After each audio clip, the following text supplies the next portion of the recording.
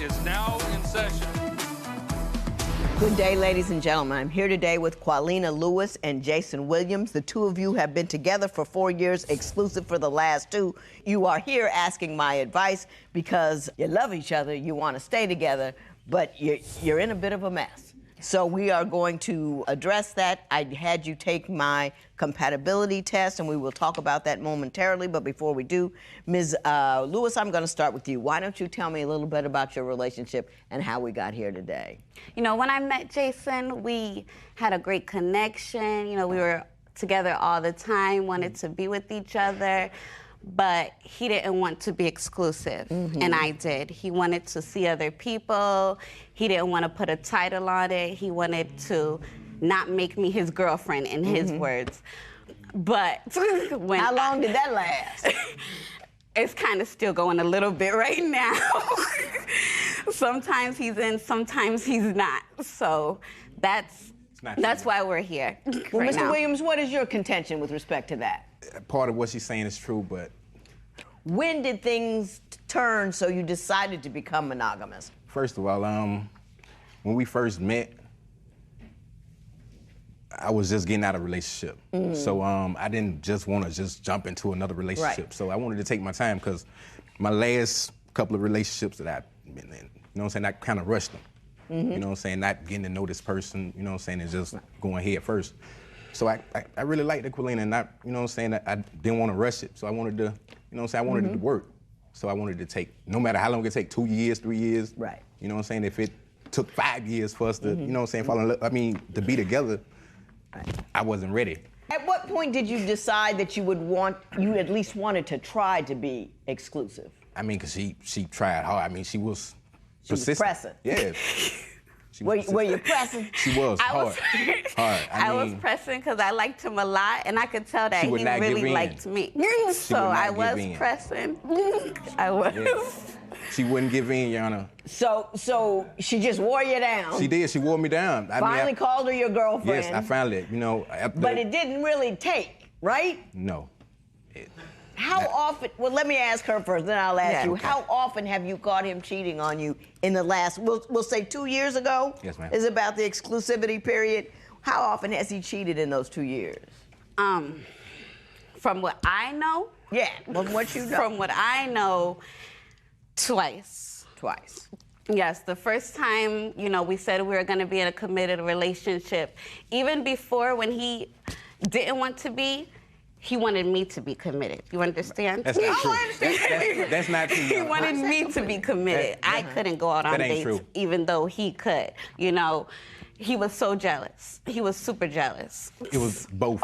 Are you super jealous? I'm not super jealous, Your Honor. I mean, it's everybody jealous to a certain degree. One time I was going out with my friends. Right. Right. He didn't mind until I came out with my dress on and I looked good. Judge, he said, "You're not going anywhere looking like that," and he literally ripped the dress off of me. No. That's not what happened, Your Honor. Literally. I'm gonna tell you what happened. The truth, what happened.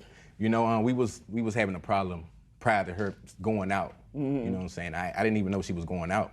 You know what I'm saying? We had a little altercation. It was petty. It wasn't that major. Right, you know what I'm saying? right. But I know we was disagreeing on something. So she get a phone call. One of her friends called to ask if she want to go out. You know what I'm saying? She said yes, but I'm like, huh? You don't say yes to go out when, you know what I'm saying, we trying to fix this little situation or whatever. I said, so you still going out when we having a little altercation? And she was like, yeah. And she turned away. So, you know what I'm saying, not meaning that not reach to grab, to reach for, and my finger caught her dress. You know what I'm saying? And it ripped a little bit. It was a mistake. It wasn't that, you know what I'm saying? Mr. Williams, I admit to it. Let me say this. I know you admit that it's wrong and all that, but I'm gonna tell you how deep that is and why it concerns me. How dare you walk out of a room when I'm trying to talk to you, is what that said. That's a controlling move. And people who are controlling and get angry and want to control the actions and the leaving and the comings and goings of another person, that's deeply rooted in insecurity, and it's no bueno. You know what I'm saying, Mr. Williams? Yes, ma'am. I understand what you're saying, but it wasn't nothing like that. It was totally unintentionally. Yeah, but you reached out to stop her because you were mad that she was leaving. Kind of turned, well, yeah, a little jealous. She That's was looking what good that in that was. dress. I was kind of jealous because she was, you know what I'm saying, the dress was looking pretty good. Yeah. You know, But all of that is part of the same problem, Mr. Williams. Yes, ma'am. I just want you to acknowledge that Yes, ma'am. as a concern so you can look for it in the future. yes, because ma'am. you know you have the capacity to go there. Yes, ma'am. I saw that I went too far with it, and immediately I knew the situation was wrong. So I apologized to her, even though I know at the moment she was mad, she wasn't going to accept it right now. Okay. The next thing I want to talk about, because this is the part that always gets me. Why are you so committed to getting the commitment from him when so much has gone so wrong so soon? Yeah. When I went through his messages and seen messages from girls and him, because they were really explicit, like explicit messages, it was emotional. Now, Mr. Williams, do you know what she's talking about? Yes, ma'am. And did you have that kind of intimacy with that other woman?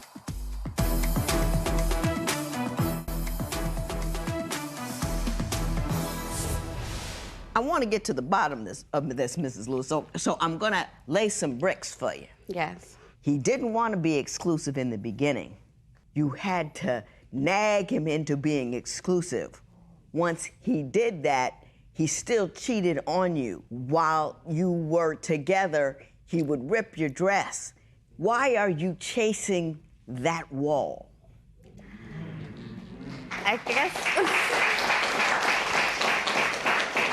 it's just because we have so much fun together. Like, we have a lot of fun. We go fishing, we go, walks on parks. We have a lot of the same interests. But Jason, he's not all bad. He's great. I'm not saying he's a bad person. I'm saying these are all these negative things, and Yes, you're a lot of chasing negative. getting committed to these negative things.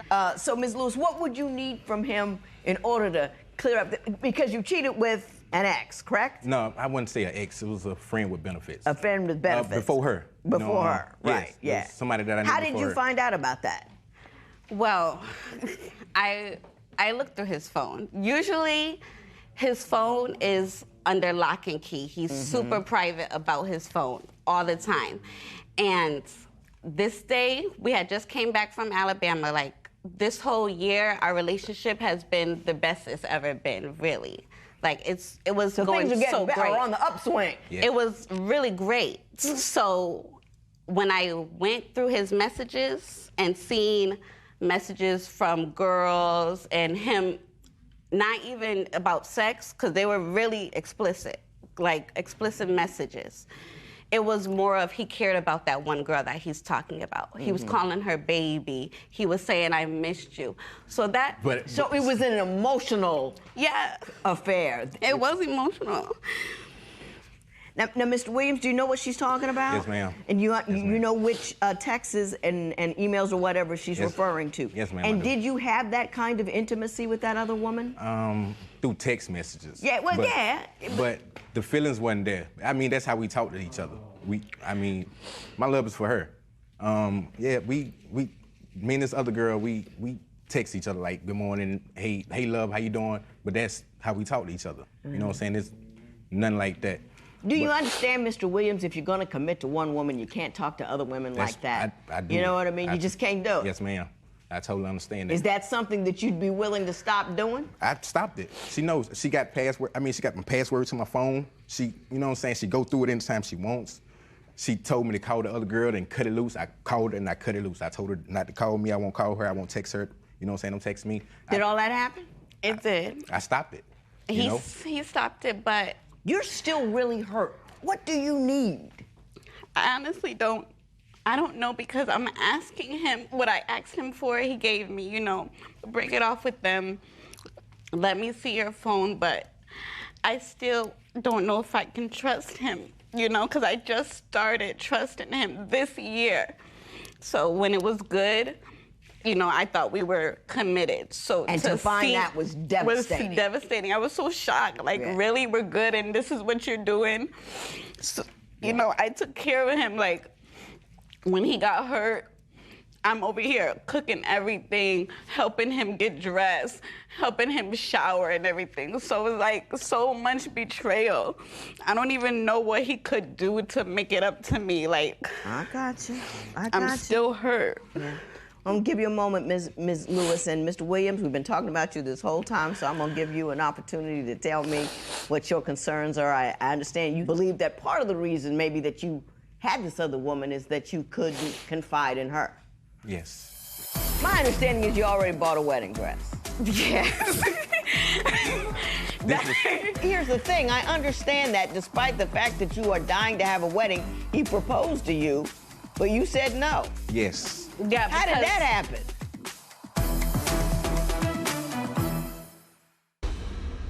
So, Mr. Williams, why do you believe you can't confide in Ms. Lewis? I mean, I'm a private person, Your Honor. Right. You know, I like to keep what goes on in the house in the house. If I feel like every time I tell you something and you running out to tell your friends and your family or whatever, everything we talk about, then I don't want to talk to you about nothing. If I feel like my business is gonna be in the streets, you know what I'm saying? If I come to you and tell you, you know what I'm saying, like, I don't want nobody to know this. You got loose lips, Ms. Lewis? I kind of got loose lips, but like, it's my mom, you know, we have a good relationship, so I confide in her. And things that I talk about is really common knowledge. Like what? Like anything if he'll tell me things about his friends or his family, it's just common knowledge. It's not a secret. It's no big deal. It's no big my deal. sister went to a wedding the other day. Yeah, that kind of information. It's no big deal. It's Mr. Williams, is that the kind of information that she's sharing, or is it No, something else? It's something more. But even if it was that right there, if I tell you, even if my sister was, you know what I'm saying, having a wedding, if I tell you, don't tell nobody, why would you go tell somebody? Because she's a woman. You know what I'm saying? Like, come on. You know what I mean? As long as it's not, we talk about what's going on, what's the day, you know, all that kind of stuff. Where is the harm in that? It's not just that. She tells everything. I think personal he uses business. it as an excuse because he likes to be secretive. He lives a secret life. That's what I felt our whole relationship, even to this day. You lived a secret life. Right. And that's what he uses as an excuse. I don't tell you nothing because you tell your mom and you tell the business. All right, he's secretive. Another brick. Now, I'm behind this wall trying to see you. My understanding is you already bought a wedding dress. Yes. Didn't that panic you a little bit? It did, Yana. It did, because I wasn't ready. You see it? This been from the beginning. She's been talking about marriage. It's a beautiful dress. But that's how much I'm a romantic. Yeah. I am. I'm a huge romantic. Yeah. So when I seen that red wedding dress, it was on sale, super cheap. So I'm like, I gotta buy it. And I was in love. Well, I'm in love. Well, here's the thing. I understand that despite the fact that you are dying to have a wedding, he proposed to you, but you said no. Yes. Yeah. How did that happen? I felt like the proposal was really disrespectful. Because? Really. Because of the manner in it came.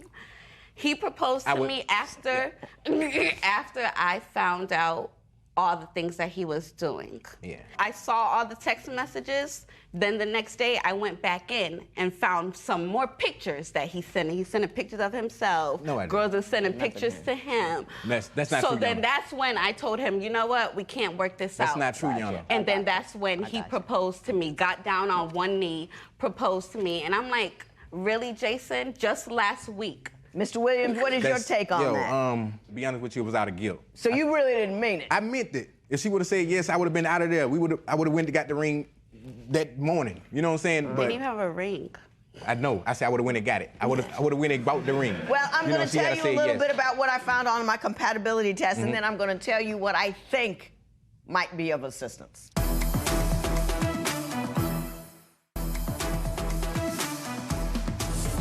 I looked at the compatibility test, and the part that always, interests me the most is the part where what's wrong with you. I asked you to list 5 things that are wrong with you, and you said... I put 1. You put 1, and what was it? I think it was...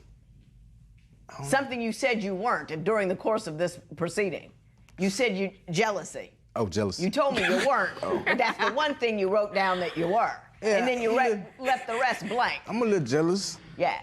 You know, whenever someone only puts down one thing or no things, one of the things that's wrong with you is you're not self-aware. Yeah. Because there's something wrong with everybody. Yeah, I mean, we was kind I of could rushing. name like 7, 8 things wrong with you right now. We was kind of rushing. And I just met you. We was kind of rushing, so Yeah. I just put something down real quick. Here's the thing. It was rushing. Here's the thing, Ms. Lewis. Yes. I think he wasn't ready, but I think he might be getting ready. Yeah. I think he might. Now, typically, I don't turn a corner on something like this. I'd tell you to walk off. And in fact, if I were you, I'd walk off. No, but let me tell you something. I'd walk off and do my own thing. And if a man really loved me, he's going to turn in my direction and follow me and come get me. Yeah. You know what I mean? Work on yourself and don't lay your sights on my life is the future with this man. He could very well be. But you got to be happy within you because then it makes this not life or death. You know, I'm ready. I'm ready to settle down. but I'm ready to be yeah, married. yeah. I'm You ready to can't have my make own him ready. children. I think he's almost ready, but you can't make him ready. But if you do decide to stay with him, you have to let go of what happened. Because you'll be resentful for your entire marriage. Yeah. And you'll be looking and ducking and dodging. The fact that he has opened up his phone and I think he's really turned a corner. So I think he's worth waiting on. But I wouldn't wait at his house. I wouldn't wait while I was cooking his food. I wouldn't wait while I was cleaning his clothes. I would wait somewhere where I was getting a better education and going out there and living a life. And he's going to like, oh, no. Yeah. Look what this woman is doing. But I wouldn't wait by installing myself in his life as the most convenience appliance he's ever had. Yeah. You you're with right. me? Yeah, I am. Mr. Williams, I am. I don't think you're a bad guy. I think she wore you down, but you love her. I do. And I think you are about to be ready. But I think she should take my advice. And once she takes my advice, you gotta get up, get that ring, and get it going on. You know what I'm saying? Yes, ma'am. But I control that anger. Yes, ma'am. And control that control, because that's no bueno. Yes, ma'am. You with me? Yes, ma'am. This matter is adjourned. Thank you. Thank you.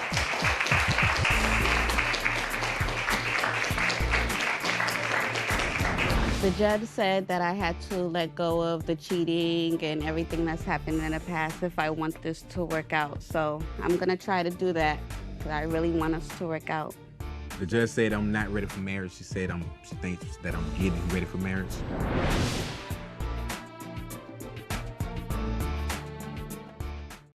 Today on Divorce Court. I'm here today because I want to know if me and this girl gonna make it the next week. I want to make sure that we are ready to take the next step of marriage. I'm here to get answers to the many questions that I have regarding his infidelity. I think I'm a faithful man. I've changed. I mean, look at this face. Doesn't it look faithful to you? Like, help me out, somebody, please. I'm not giving it up. I know you're getting it from somewhere, so yes, I do think he's cheating on me. We haven't had sex since January because of a video that I recently seen of her. I wouldn't walk away if I found out he's cheating. I just want him to make the first step to tell him the truth. If she doesn't appreciate me, I'll find someone else who will. Divorce Court is now in session. Good day, ladies and gentlemen. I'm here today with Victoria Houston and Jonathan Morgan. I'm getting ready to do one of my favorite things, which is a Before the Vows. You two are 21 and 25, respectively. You have one child together.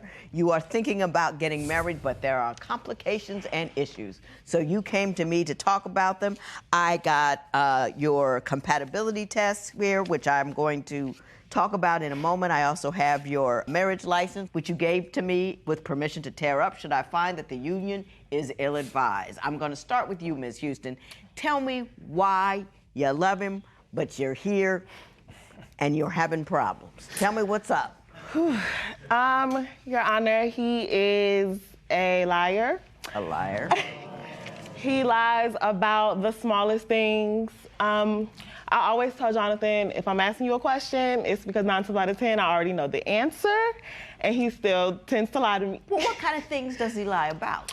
About the women in his life, or, you know, they just went to high school together, but text messages say differently. So. When was the first time you lost trust in him? That he did something you felt, uh-oh, I might not be able to trust this man? While I was 6 months pregnant with this child, I was away in college in Alabama. This was actually the first time we had been away from each other for up to 6 months. We had went from seeing each other like every day to, you know, being separated for to being separated for a minute. While I was in college, we used to talk every day. He had a job, and he would call me before he went to work, his lunches, his breaks. After he went to work, we would literally talk all day. Right. So during my time in college, the text messages started getting shorter, the calls started getting less and less. And of course, my friends are putting in my ear, you know, girl, you probably cheating on you. And I'm like, Jonathan would never cheat on me, especially now that I'm pregnant. And plus, I never saw any signs of any cheating or anything because I never went through his phone. Well, what's the best evidence you have that he did, in fact, cheat on you during this period? Text messages. What did you see in the text messages that made you believe he was cheating? I have them right. I have. You have them. I have just a percent. This is just a percentage. Just a small. The text you're just gonna give me a little taste of what's going on. Mr. Morgan, while I'm looking at these text messages, why don't you tell me your version of these events? Okay, so what she's probably talking about is the girl that I was cheating on her with. It's plenty of girls, not just one. Wow, she was in Alabama. I've only had sex with one girl, and that's the girl that she's referring to. It's a couple of girls. But you know. But that was while she was pregnant and you were apart. Yeah, right. Yes, ma'am. And so you admit to that one. Yeah. Okay. Is that this one? Oh no, that's not even those two. These are just these are random women. That's just a taste, a sample of women. Yeah. It's text lingo, Your Honor, so take your time. Well, I know what that means. Uh-oh. So can you explain? I mean, these are sexual and flirty in nature. What are you doing sending texts to women that are like that? They're easy. You know what I'm saying? They're easy. What's easy? Oh, it's easy to do? I mean, it's easy to. He's basically saying it's easy to smash them, basically. So he's gonna go for it. They gonna go for it. No, you go for it too. So you are going to sleep. Your intentions are to sleep with these women. Yes. You just said that. Yeah, that's the intention. But I've only had sex with one girl though, so that's irrelevant. That's irrelevant. No, you just didn't get around to it. That's your problem. You just say, you know, you're setting up circumstances to allow you to have sexual contact with these women. You just haven't gotten there yet. Most of it just conversation. They don't pull up or nothing. You know what I'm saying? But you want them to. But if they pulled up, you would, right? It depends on the circumstances. If I'm feeling it, nah. But now, Miss Houston, do you hear what he just said? Yes, unfortunately, yes. And it's been like this. When I first went through his phone, this is actually when I came back from college, and this is the first time that we've been dating for a year. But Miss Houston, you just ran over it.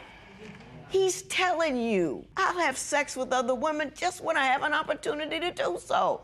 And I'm not trying to hide it. I'm not lying to you. You know, got from free radical women out there, and I will do it if I can. Why in the world are we here on a Before the Vows? I mean, I can put it in the simplest term, and that's simply because he's literally my best friend, and I love him, and we share a child together. And of course, in every woman's dream or every mother's dream, you want to be with the father of your child. The way to do that is to get married first, and then you watch it.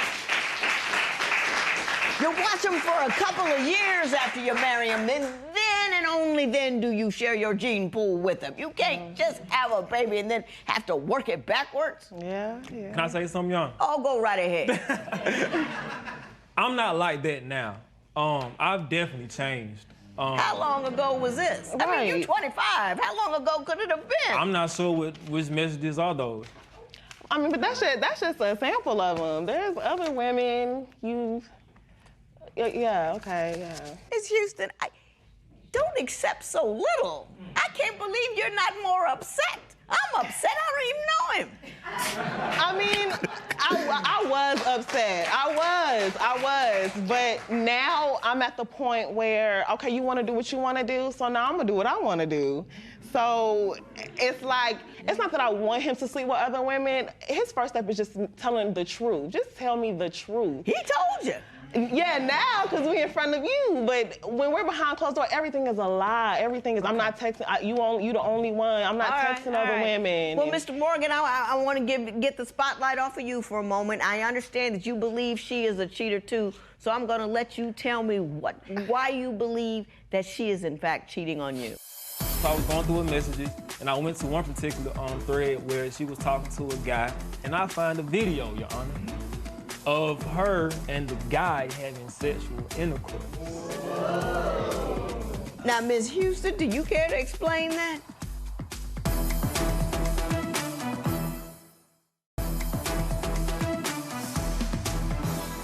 So, Mr. Morgan, why do you believe that Ms. Houston is cheating on you? All right, so Your Honor, on one instance, I came home from work, you know, long, hard day at work, dealing with everybody. You know how that go. Anyway, so while she was in the back sleeping with our child, I walked in and seen her phone, you know, in the living room charging up. I usually don't go through messages because that's not me. Because you have no reason to. So what did you find when you did I that? was going through her messages, and I went to one particular thread where she was talking to a guy. So I'm scrolling through the messages, and I find a video, Your Honor, of her and the guy having sexual intercourse. Not only that, I kept scrolling up.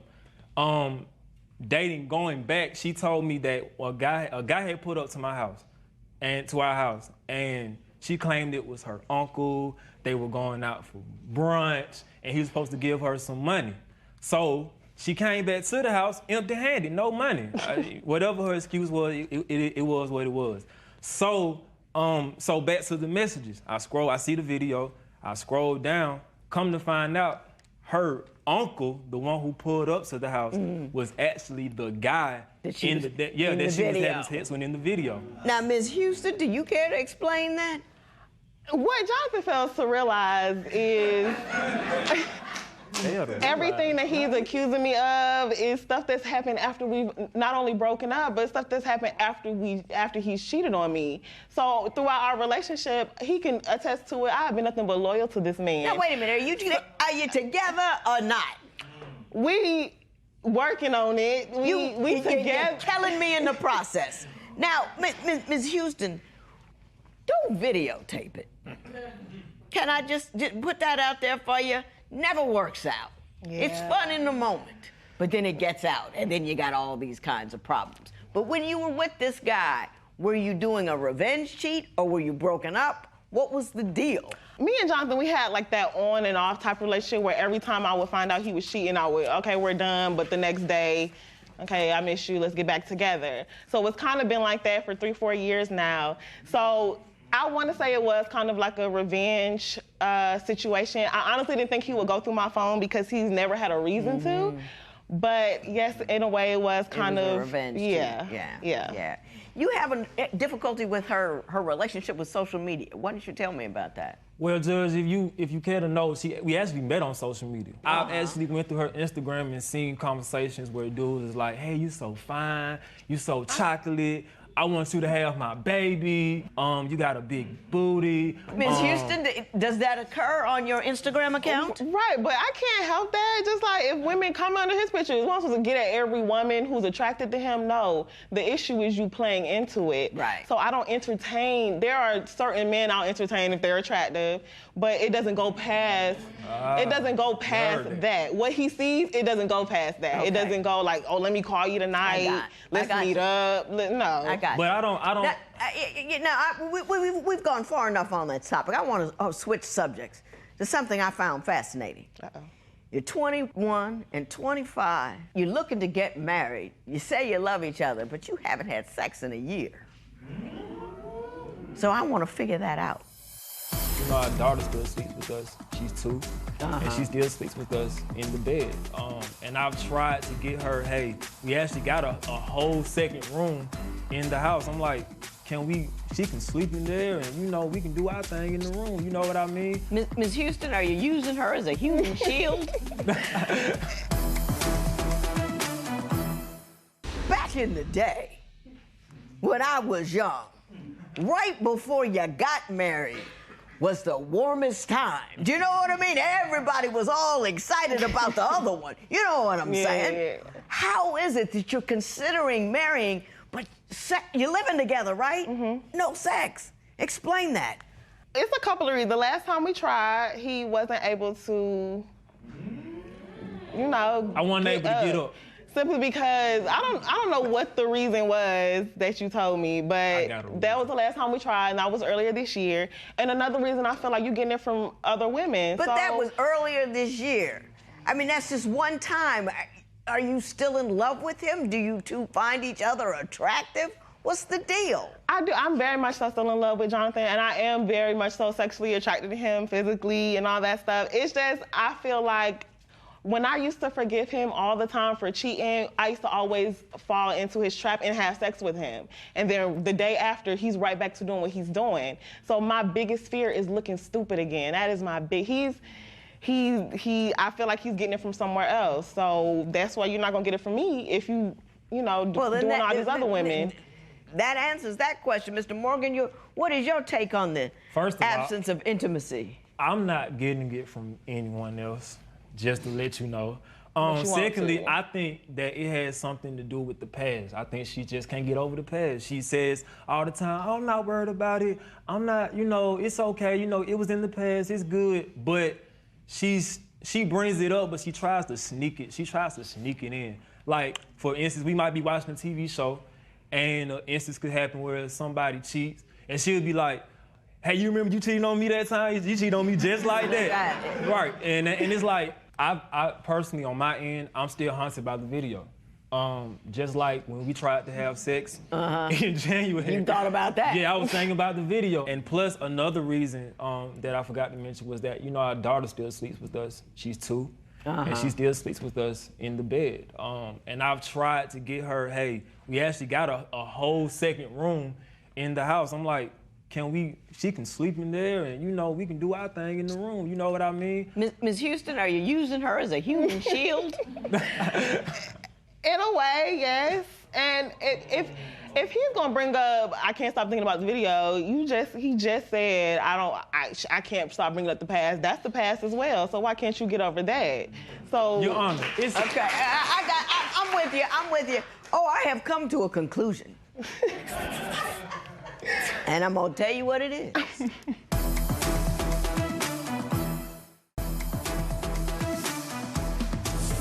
Sometimes women come in here, got a little piece of okay here, got a little piece of okay there, and then they have a baby, and then they want to make a life out of it. You've come in here telling me you won't have sex with this guy because you really don't believe he's faithful. You're really afraid you're going to get something from him.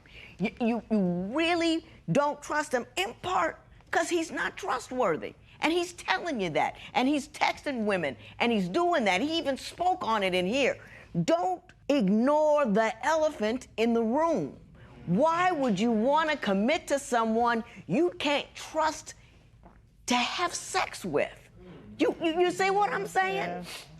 Marriage is a very deep, meaningful, and if you do it right, long process. You don't trust him enough that he's not sharing his body with other women, so he can't share his body with you. That's not trusting. That is no basis for a marriage. He's your best friend, and you're like, you know, women, he can stay your best friend and all that. But you have to really believe and trust in a dude before you can make him your husband. So you can't ignore the elephant in the room. You've got to decide whether or not he can be trusted, and I don't think he can be. Now, Mr. Morgan, it's all on you. You can decide whether or not you want to be the kind of man that she can share her body with. But you're going to have to show her over a long period of time that none of this nonsense is going to go on, that you can be away from her and nothing bad is going on. You've got to be loud and proud with it. You know, locks on the phone, all of that. If you want her, that's what you need to do.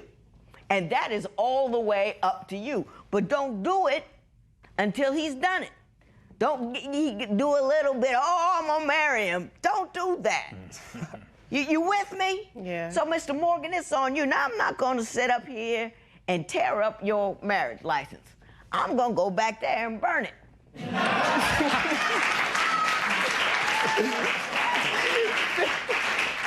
Because you two don't know how to have a relationship. The way to address a problem is to discuss what's going on, not to revenge, cheat, photo, have some guy pull you up, and that's all you're doing. So you got to grow up, and then you've got to demonstrate. You got to come correct for a period of time, and you don't get applause for coming correct. You don't get applause for not being that dude on the corner with every chick. That's not an applaudable moment. You understand? That's a man moment. I done told you what I'm gonna do. If the alarm goes off, it's just your marriage certificate. This matter is adjourned.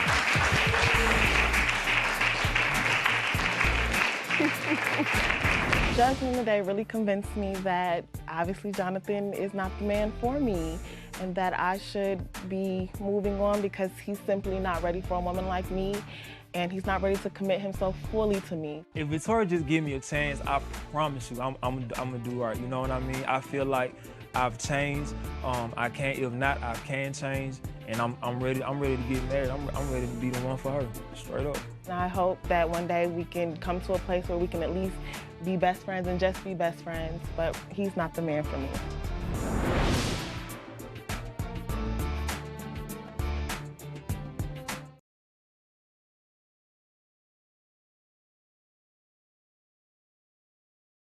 Today on Divorce Court, cancer can be a very difficult diagnosis, and not just for the person who has it, but to the entire family as well. It is an emotional bombshell that has ripples throughout everyone who knows them. In fact, in marriages in which one partner has been diagnosed with cancer, 1 out of 5 fail. Today on Divorce Court, we have a couple dealing with this very issue. Divorce Court is now in session. Good day, ladies and gentlemen. I'm here today with Tawanda Cunningham and Quincy Johnson. Been together for 13 years, engaged for 6, and coming here trying to decide whether or not they should marry. That's what we're doing today. So we have gotten, I had them take my compatibility test, which we will discuss later on. I also have a copy of their marriage license, which I have permission to tear up should I think the union is ill-advised. Ms. Cunningham, I'm going to start with you. Why don't you tell me a little bit about your relationship and why you're not so sure after all these years whether or not you should jump the broom? Well, sometimes I question the loyalty between me and Quincy. Why is that? After we first moved in together, we was both working at a job, same chicken joint together. I was working day shift, he was working night shift. And got into an altercation with a coworker there because I heard some rumors that they were, I don't know, maybe sleeping together or whatnot. So I approached her, asked her, about her and Quincy. She denied it, she was messing with Quincy, told me to ask Quincy about it. So me and her got into this physical altercation or argument, and, still I questioned his loyalty about it because I later on found out that he was taking her home, at nighttime when I didn't know about it. Was something going on, Mr. Johnson? No, ma'am. Nothing going on at all. She had it all wrong. I carpool. I take everybody home, especially for some money. Does he carpool? Well, as someone, I found out that he was carpooling, but a lot of nights he was carpooling just her. A few nights, but not on the regular. Yes, ma'am. Yes, ma'am. Not on the regular. What other reasons make you feel like he doesn't put you first? Another thing is that this past New Year's, we went out together, and he had a friend of his come out also with us. My thing is that he is putting me in positions with his friends, knowing that they doesn't like me, putting me in uncomfortable situations for him to make remarks about our relationship. So I'm in the club with him, and he's over with Quincy talking about other girls in the club that's checking Quincy out while I'm in the club with them. Did you bring a guy that you know doesn't like your woman out to the club with you and your woman? No, ma'am. I feel that she already always had a problem with him. You know, he was just a going out friend. And this is my clear example of no loyalty. Right. Yeah, but Mr. Johnson, let's say there was a chick that you could not stand. And you guys were going out and she brings this chick along. Wouldn't you feel like why would you bring her? You're ruining my night. Right, but it's New Year's. It ain't like it's her birthday, my birthday. You know what I mean? It's New Year's. Well, you brought him to my birthday also. If you don't like somebody on your birthday, you still don't like them on New Year's. Exactly. You know what I mean? Yes, ma'am. But anyway, go ahead. Okay, I mean, she overheard him say something like that. It's nothing. Brush it off. You know, I'm checking out you only. You know, and it's really no one I ever want to be with. I'm there with you. I'm just having fun. So what's your problem? Why don't you be cool? You say that she tries to control too much of what you do and got you on a short leash. Yes, ma'am. Give me a couple of examples of that. I recently, like, say if I go out or want to go out, man, it's always something. You know, I let her go out with her friends, and I don't. Yeah, I let her go out with friends, don't hear nothing. But when I want to go out, and maybe sometimes I go out in the wrong times. I go out. I'm a night owl, and I go out to after hour spots. So it ain't, you don't really get there. Just till imagine 12. him getting dressed at 2 in the morning to go out. Well, what does she do when you go out or do something that she doesn't like? Well, attitude. Attitude. Give me an example. Yeah, she breaking things. Our end table, center table. She throwing things. Your Honor, we have really less no money, so we can't afford to be breaking things and going to replace things. So, you know, Ms. Cunningham, are you tearing up the furniture when you get upset? I believe that he don't did enough damage to my heart that he don't got no more. He don't got no room left. Okay. So when you mess with me, instead of me just taking it out physically to him, I try to put my energy towards something else. Can I say something? Can I say something? Emotions over here, money over here. If you're upset and you need to blow off some steam, run around the block. But don't tear up your stuff. Right. That's paying the stupid tax. It's the tax on stupid behavior. It will keep you broke. Right. So just, run around the block, find something else to do, but don't tear up the furniture. What did she do to your boss? Oh, well, okay. She don't feel that I stand up for myself all the way or out and going or don't want to fight everybody, you know. So I just started at that time. I was working and I wasn't on payroll yet. So we had to jot down my hours. When it got time for payday, he was short. And instead of me, she wanted me, I guess, to give it to him, right? Yeah, you know, but he my boss, and I just already quit my other job for this job. So she called him, went crazy on him. The next day he was like, "Why you don't let your wife talk to me like that?" Did you lose your job? Did he pay you? He paid me. Stop, he Ms. paid Cunningham. me. You're right. I mean, he paid me, but I could have lost my job then. Ms. Cunningham, you seem to be a bit of a hothead. You can't seem to control yourself. But let me tell you, you end up making a lot of problems that you can't resolve. He could have very well lost his job when you came up all cranky at his boss. Well, he did not tell you. All I'm trying to tell you is you can respond to negative circumstance with something other than crazy. You can actually respond intellectually and still get the same thing without risking, broken furniture and a dude that could lose his job. Right, throw what my do you trophies need out to there. say, Mrs. Cunningham? With the job thing, calling his boss, the man, we have been knowing him for years. You know what I'm saying? We have been knowing him, and he might want to call it crazy, what I call him did. His boss may want to say I talked to him a certain kind of way.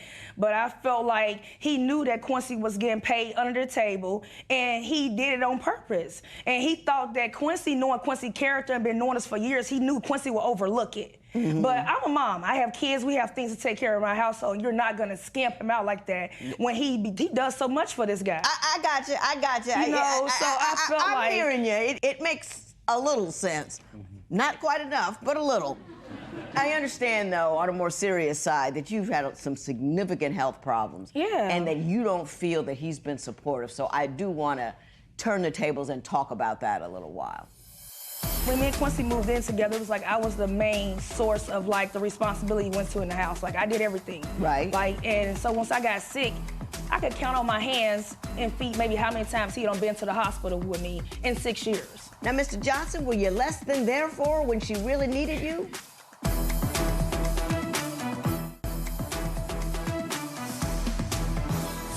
Ms. Cunningham, tell me about your illness and why you feel Mr. Johnson wasn't supportive during the course of that. Well, I got diagnosed with a very rare, uncurable cancer in 2011. Do you know the name It's called gray zone lymphoma. It's a combination of Hodgkin and non-Hodgkin lymphoma. Oh, okay, okay. So it's just like, I mean, when me and Quincy moved in together, it was like I was the main source of like the responsibility he went to in the house. Like I did everything. Right. Like, and so once I got sick, the roles switched. You know, so now he had to be responsible for things that he normally wasn't responsible for.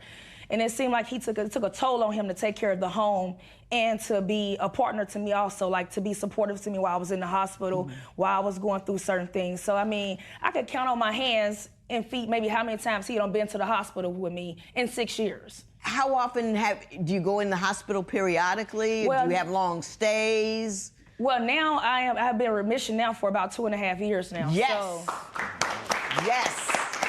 So I'm so happy for that. I understand you had a bone marrow transplant. Yeah. Which is not an easy thing. No, it's They not. have to kill everything, I was basically reborn again. Yeah, yeah. Now, Mr. Johnson, were you less than there for her when she really needed you? No, ma'am. No, ma'am. My granddaddy had passed from cancer, so I was scared. I was young when we first met. First knew that she had cancer. I'm really not a hospital person, I say that, but I was there, and I got small kids, you know, that don't really show you how they going on with it, and I'm going on with it. So I had to stay there for the home.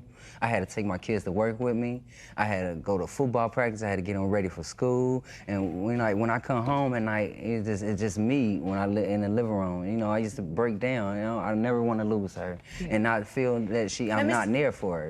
And I got you, Mr. Johnson, and I understand that you were under a lot of pressure, but this is the time to circle the wagons. You get family and friends to assist you on that end, because she's in there looking like I might die this month. Right. And I need that man holding my hand, because I might die right now. See but what you know, I'm saying? the kids can't come in there. So who's gonna? I really have little. You have no family, nobody to help you. We got family, but little to no help on the babysitting side. So Quincy makes a lot of excuses. Yeah, and that's my problem. You can find a way. When somebody knows that somebody's got cancer, you got to be able to find a way to get there. Well, we did, and we. No, you didn't. She just said you did. No. Because it seemed like he could find ways to go do other things that didn't pertain to coming to spend the night at the hospital. Such as? Such as maybe if he wanted to step out with his friends. He could.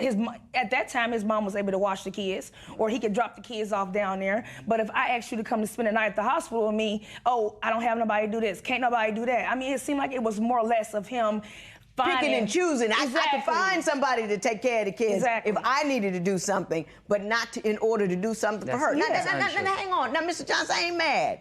And I understand what happened to you, but did you hear what she said and what I said? We're not saying you're a bad person, but we're saying this needed to be different, because she may have to fight that fight again. Right. And if she does have to fight that fight again, you need to show up in a manner that she'll feel supported. That's all we're trying to get across to you.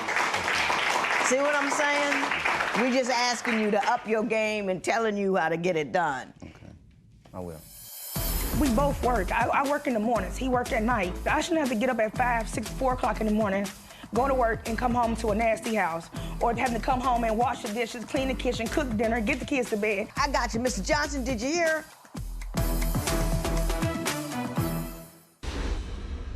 I had to stop myself for a minute. I forgot we were on before your vows. So let me ask you, you've been together so long, you obviously love the living daylights out of one another. If I could wave my gavel and give you one thing that he could fix, change, or do better, and you gotta be specific, don't just say more supportive or something, what would it be? Security. And in what way can he deliver security?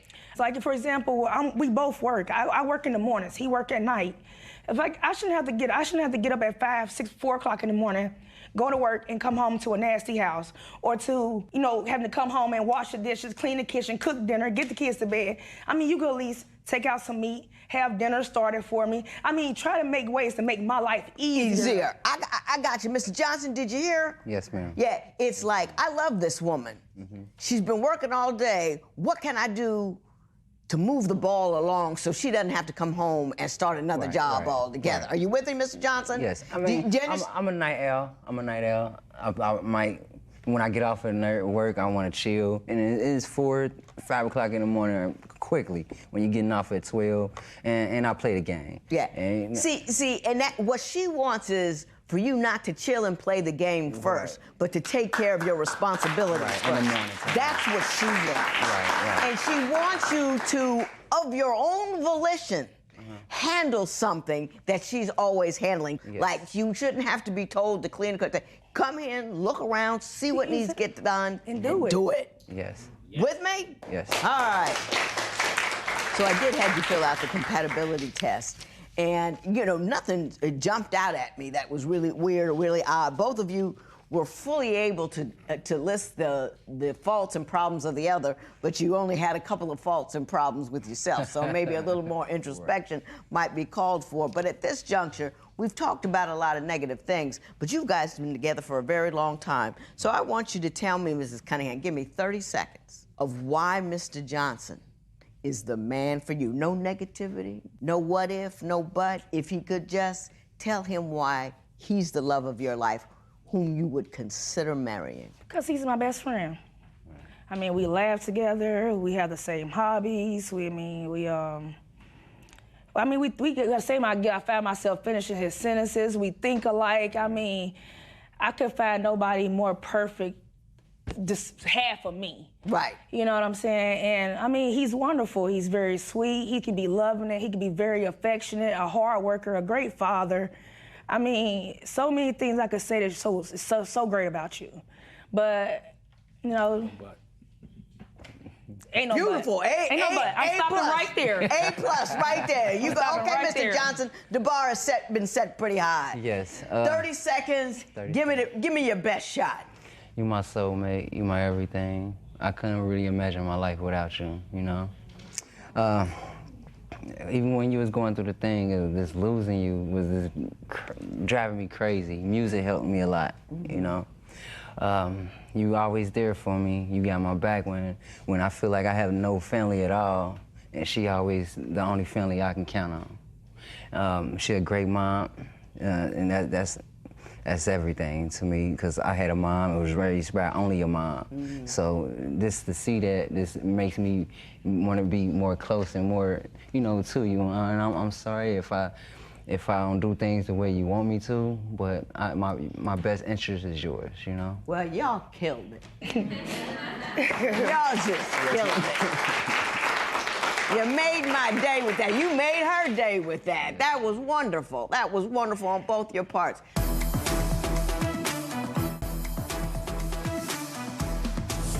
I like you. I mean, I really do. I thought I was gonna be mad at you, was a little hot at you in the beginning. You got all the makings to make it right, but you just gotta tighten this up over here and tuck this in over there and smooth this out around the corners. Mrs. Cunningham, let me say this to you. You guys cannot afford any more temper tantrums. You just can't afford it. You have to be mature enough to be met with negative information, the consequences of circumstances, and not tear stuff up. You just do. Not only are you costing yourself money, you're teaching your children how to feel. Your children will read the script you write for them. And the script you're writing right now is, little Johnny, if you don't get what you want, cause some chaos. Johnny going to jail. You don't want Johnny to go to jail. You see what I'm saying? So remember, whenever you're conducting business at home, that's writing the script for your children to follow, and you're teaching them how to feel. Teach them how to stay out of jail. Okay. Okay? Mr. Johnson, remember, always ask before you ever sit and chill and cool and calm or game. Have I done something to demonstrate I'm an active member of this family? Always. And do one thing before you do it. Do you understand? And it's not just, okay, well, I worked today. She's worked today, too. That's my problem. I work, Yeah, she worked today, too. And then she comes home and cooks and cleans and does the kids' part. That ain't right. Right.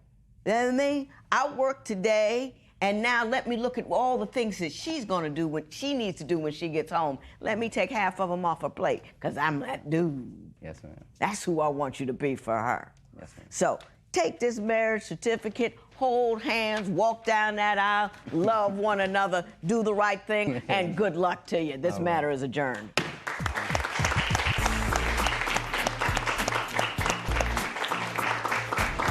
The best advice I got from Judge was to listen and be there for her a little more, even when it seemed like I am. It's not enough for her. So just to help out and just be more there for her.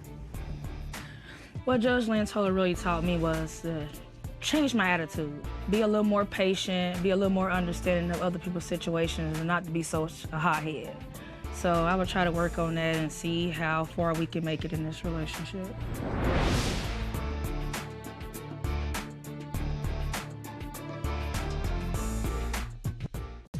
Today on Divorce Court.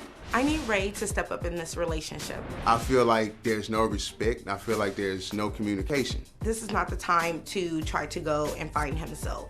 She makes me feel like a charity case. It doesn't bother me making more money than Ray if he was helping out a lot more around the house. We're not gonna get through anything if he continues to just walk away from the problem. If Sinatra doesn't change, then I would have to walk away and just continue to do for my child from a distance. I think I can spend the rest of my life with Ray if he actually puts his family as priority.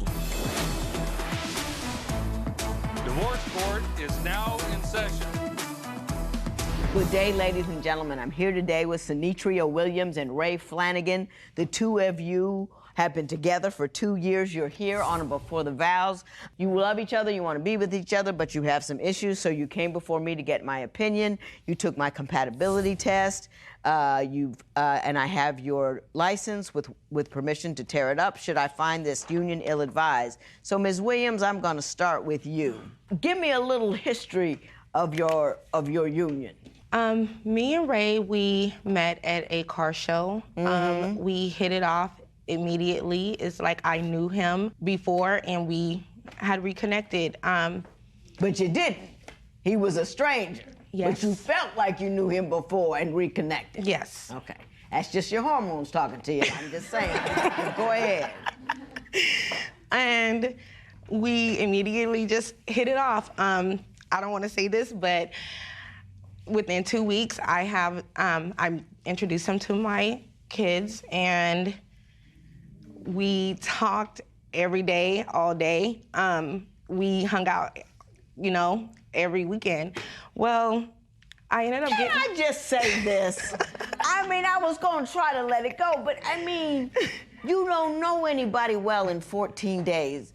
I don't know you. I'm not saying nothing bad about you, okay? I'm not going to call, I'm not talking serial killers, child molesters, con men, people are going to take your money. They all jump out with really good game in the beginning, and you got to have time to suss out the lies. They're good at it. They don't get at you unless they're good at it, so you just don't know. Not saying you're any one of them things, just telling you. I did do a background check on him. He knows that. I did good before. For you. I'm proud of that. I did because I didn't know. Because I was. She's a detective anyway. She's a detective anyway. She just goes through She's everything. always everything, looking. man. Always. Everything. So what happened after 2 weeks? You introduced him to the kids, then what? I ended up getting pregnant within 3 months. And we were already together, so we decided, okay, let's take it to another level and get a place together. So when we moved in together, everything seemed to be great.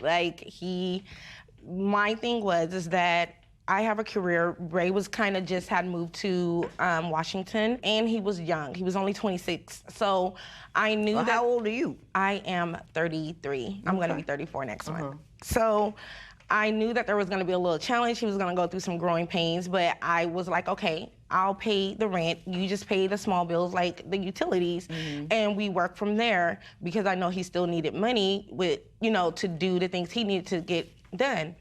He was doing that, and Ray gets impulsive. He wants to change careers. He wants to change. Hang on, I'll let you answer. He wanted to go to school for cosmetology. He did that. He was impulsive about that. He just came to me one day like, I'm gonna go to school, I already signed up, this is what I'm gonna do. I'm like, okay, you need to slow down. How about you work your job right now, because we have a young baby, and right now we need the money. I'm pretty much pulling most of the weight already, so if you're going to school, how are you gonna work? And do that. Yes. Then after cosmetology school, what happened? Okay, he quits that, and he wants to be a personal trainer. I'm all for it because he works out a lot, and I'm like, okay, that might work for him. So with that being said, he was doing that. He came into some financial issues, you know, with helping pay the bills and stuff. He didn't have the money to really pay monthly. I paid it for him because I'm supporting him that much. Like, do this, finish something. So I paid for it. He did not finish. That's down the drain. Mr. Flanagan, I'm gonna give you an opportunity to respond to those allegations of fiscal irresponsibility. Okay. First of all, I was working at fast food, and I helped her.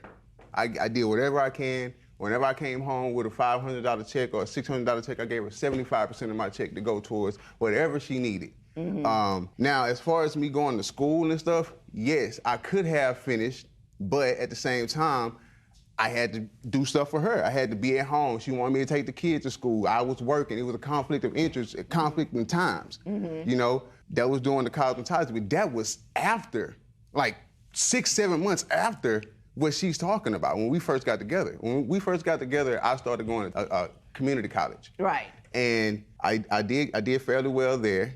Did you finish? That you quit finish? a lot of jobs. Is that true, or is that just her point of view? Well, that's a yes. No. It's really not a yes. It's really not a yes versus me wanted to grow more in another spot, another job, you know? So say if I was at a crew at one job and I got offered a management position at another job, of course I'm gonna leave that job and go to that one. Okay, but you don't have either one of those right now, so it defeats. Why don't I? Why? I'm gonna defend Mr. Flanagan for a moment here. Okay. He's a young dude. And just because he got caught up with a baby with you, all of a sudden he can't turn into, you know, a mature individual. And it's not like he's quitting jobs and doing nothing. He's quitting one job to get a better job. But he went to school so he can better himself. And it seems to me that you were picking at him when he was doing that because you needed him to do other things. She wanted Not more. that. It wasn't really that. It was the fact that he would, his hours would get cut to where he would only get like 12 hours, or he would get fired, or it was always something. Did you get fired a lot? Yes. Like 3 or 4 times. I got fired from one job. 3 or 4 times. I got fired from one job. The other jobs I left. That's not Left, and you already had another job? No. Yes. The majority of the time I did have another job. There was 3 months he didn't have a job. Other than that, it'll be a week or a day or two before another job called me for an interview. Right. Because even if I do leave a job, I'm steady looking for another job. And the reason why do you leave jobs? If you don't have another job, why would you leave one job? To find more money, a better opportunity. Never leave a job till you got another job. You know what I'm saying? Never ever. Because that week where you get no money is less than the less money you had before you get the more money with the next job. Exactly. You with me on that one? Yes, ma'am. All right. I don't have to sit there and talk to a woman and say, oh, I want to be with you. Just to sit there and conversate with them and let them know that, hey, I have a problem. How can I go to a woman that's telling them they're beautiful and you're going to go and see them is not telling them your problem. Even if I Are you saying that kind of thing? Even if I lie. Hang on. Are you saying inappropriate things to the women you're talking to? Yes.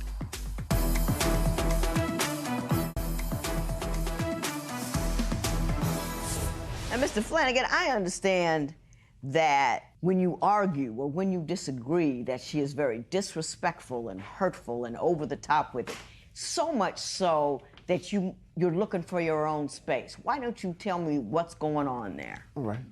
Well, and this has been for a while now. She has been treating me like a charity case, more like belittling me in the beginning. And still to this day, she still throws out negative things to make me feel less than. Okay, give me some specifics. I'm wasting my time with you. You're a bum. You can go, you can leave. I don't care. I can find somebody else to do this. I can do it myself. Okay, I did not call you a bum. I said if you want to be a bum, be a bum. That means that. So you're saying it from one incident. Hang on. Is this a constant state of affairs? Yes, it's not. Of course, Stop. Throughout this whole relationship, I'm continuing to say, you always call me a bum. You always make me feel less than. You always belittle me. That's obviously something that's affecting me. It's obviously something that I'm hearing from you. It's not the way that it's not what you say, it's how you say it. Right. You probably can say it a certain way, but the way I'm taking it, like... Hang on a minute. One way to show respect for another individual is allow them to speak without interrupting them. But so no, there ain't no buts to that. And I deal with that every day.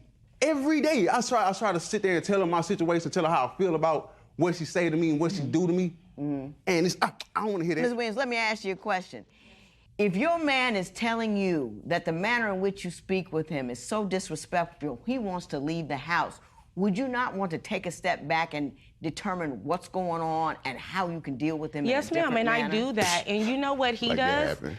Ray gets on social media. This is why all of this have started where I don't have respect for him is because while I was pregnant, he was on dating sites, social media, inboxing girls, telling them how while I'm going through everything, I'm paying mostly all the bills, doing everything by myself because he says he kept a job. They will get so tired of him that they will cut his hours at work so he can quit. That's why you quit. Do you know why I quit? I will say. Let me let him respond to that. Okay. To that. I've sat there and I've told her. No, are you on social media all the time? Don't lie. In the beginning of our Still. relationship when she was pregnant, yes, because I was always a bum. I was always That's this. a lie. Stop. I'm more emotional towards her when she does that. Me, I have an emotional connection with. You delete numbers though. Stop, Ms. Williams. Okay. I'm looking to get a new place of my own. And I've only been out here for 20 minutes. I'm not. To me personally, when I grew up in a single parent home with a single mother, so of course my connection in talking to women is easier versus talking to a man. See what I'm saying? I was raised around women. I don't have to sit there and talk to a woman and say, oh, I want to be with you.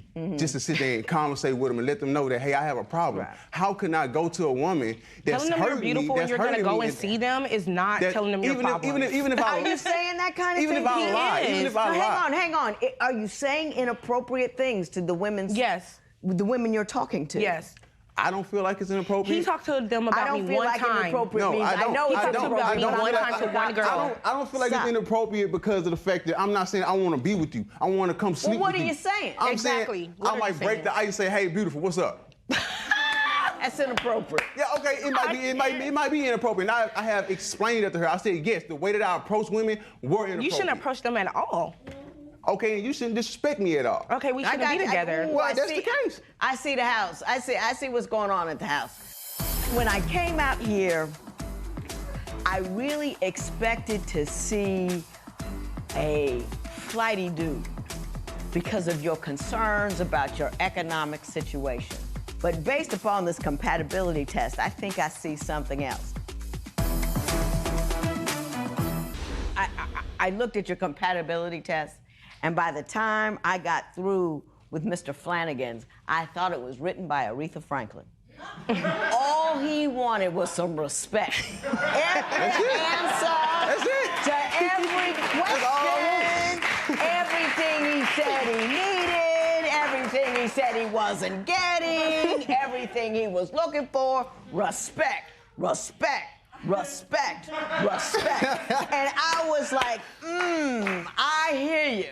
And when I came out here, I really expected to see a flighty dude because of your concerns about your economic situation.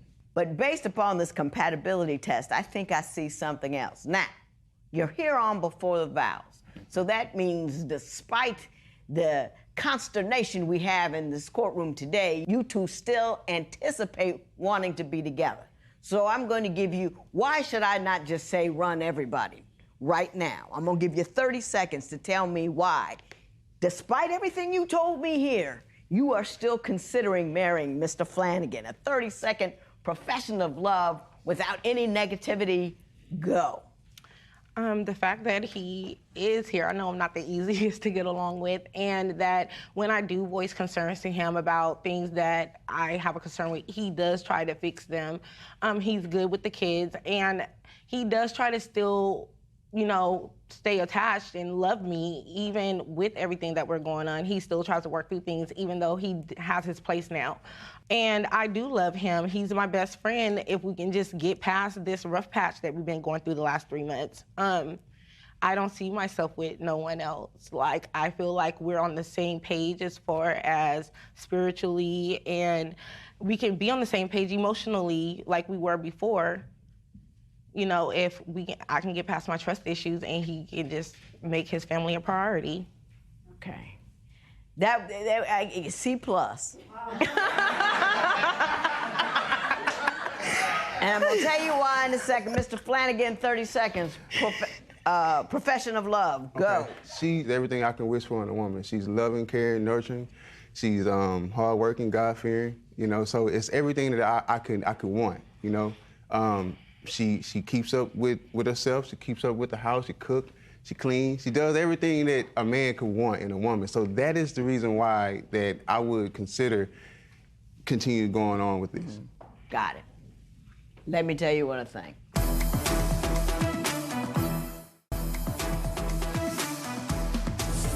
You came here to ask me opinion about the viability of your union. Let me tell you what I see as the problem. You two are in love with the idea of one another. You're in love with the fact, you know, he's nice looking, and he puts up with all of the crap that you do. And that your profession of love was all about, I'm hard to deal with, and he hasn't left yet. Basically, that's what your profession of love was. And you're very hard on him. He's a certain age, and you're expecting him so much more of him. So you picked him out as the dude you wanted to be with. And now you got to upgrade right now to you 2.0, because that's what I want. And you're quick to live with him, quick to have his baby, and now he needs to be quick to be 35 years old. And he's not 35 years old. He's 26 years old. He's 28 years old, whatever. He's a good dude, and you're trying to make him into something else. You can't harp a man into higher. It doesn't work that way. When you harp at a man, he goes low. Yeah. When you harp at anybody, they go low. Mm-hmm. It doesn't teach them anything. It doesn't encourage them. It doesn't support him. And you're annoyed me, and you're not harping at me. I just was caught by the shrapnel. But you know what I mean? And it bothered me.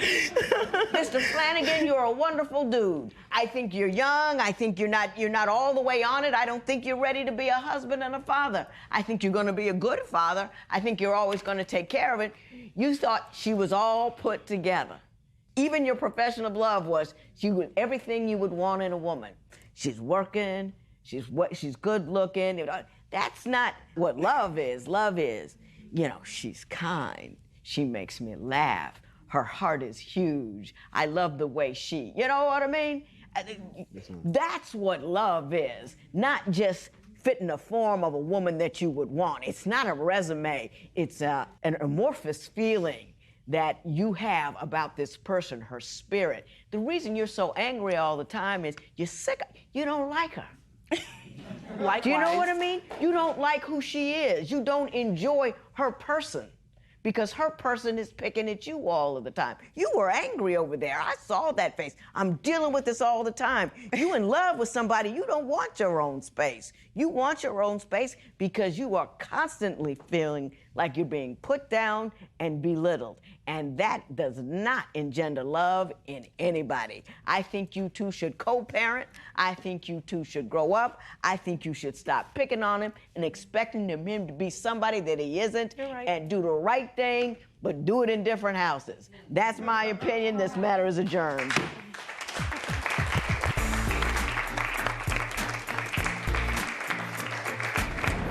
The judge told us today that we should live apart, and I totally agree. I think at this point, I am going my separate way. I couldn't agree with her more, because it's just too much turmoil. too many differences.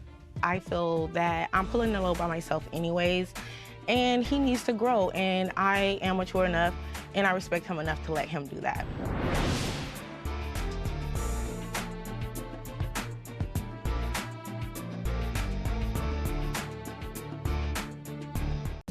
Today on Divorce Court. You spend too much time making videos that makes no sense. Might not make sense to you, but it makes sense to the people that I'm doing the videos for. That's the whole reason I'm doing it. You should put your priorities together. I feel like they're out of place. Going out with your friends most of the time, you could be working, making money. Considering that I'm just 23 years old, I should be focusing on what I really want to do in life. I understand that, but you always need a backup plan. I just feel as if you just let me do me sometimes and you can just trust me that everything's gonna be okay.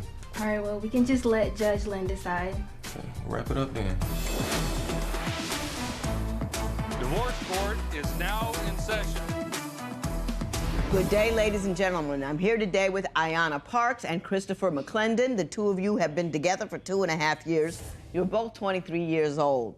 It says on my paper here that you've come here for my best advice to keep you together, but I'm not quite sure that's exactly what you want. I think you want a little more than that, but I'll put that on the back burner for right now. And I'll start out with you, Ms. Parks. Why don't you tell me why we're here today? We have a problem with communication, and his focus isn't where it needs to be. Where do you think his focus needs to be? His priorities are being Instagram famous instead of trying to get into school. Basically, kind of on my level. I feel like we're not on the same level. Well, are you in school? Yes. Okay, are you in college? Yes. What are you studying? Criminology. Criminology? Yes. What do you want to do when you get out? Work with ATF in the field, policing, then try to do ATF. Well, you go ahead with your bad self. Mr. McClendon? How you doing? Why don't you talk to me about your dreams? Okay, well, first I want to say before we even got together, she already knew what I was doing. So it shouldn't have been surprised to that this is what I want to do in my life. Right. As far as the Instagram go, I just feel as if that's a very good platform for me to build on what I really want to do in my life.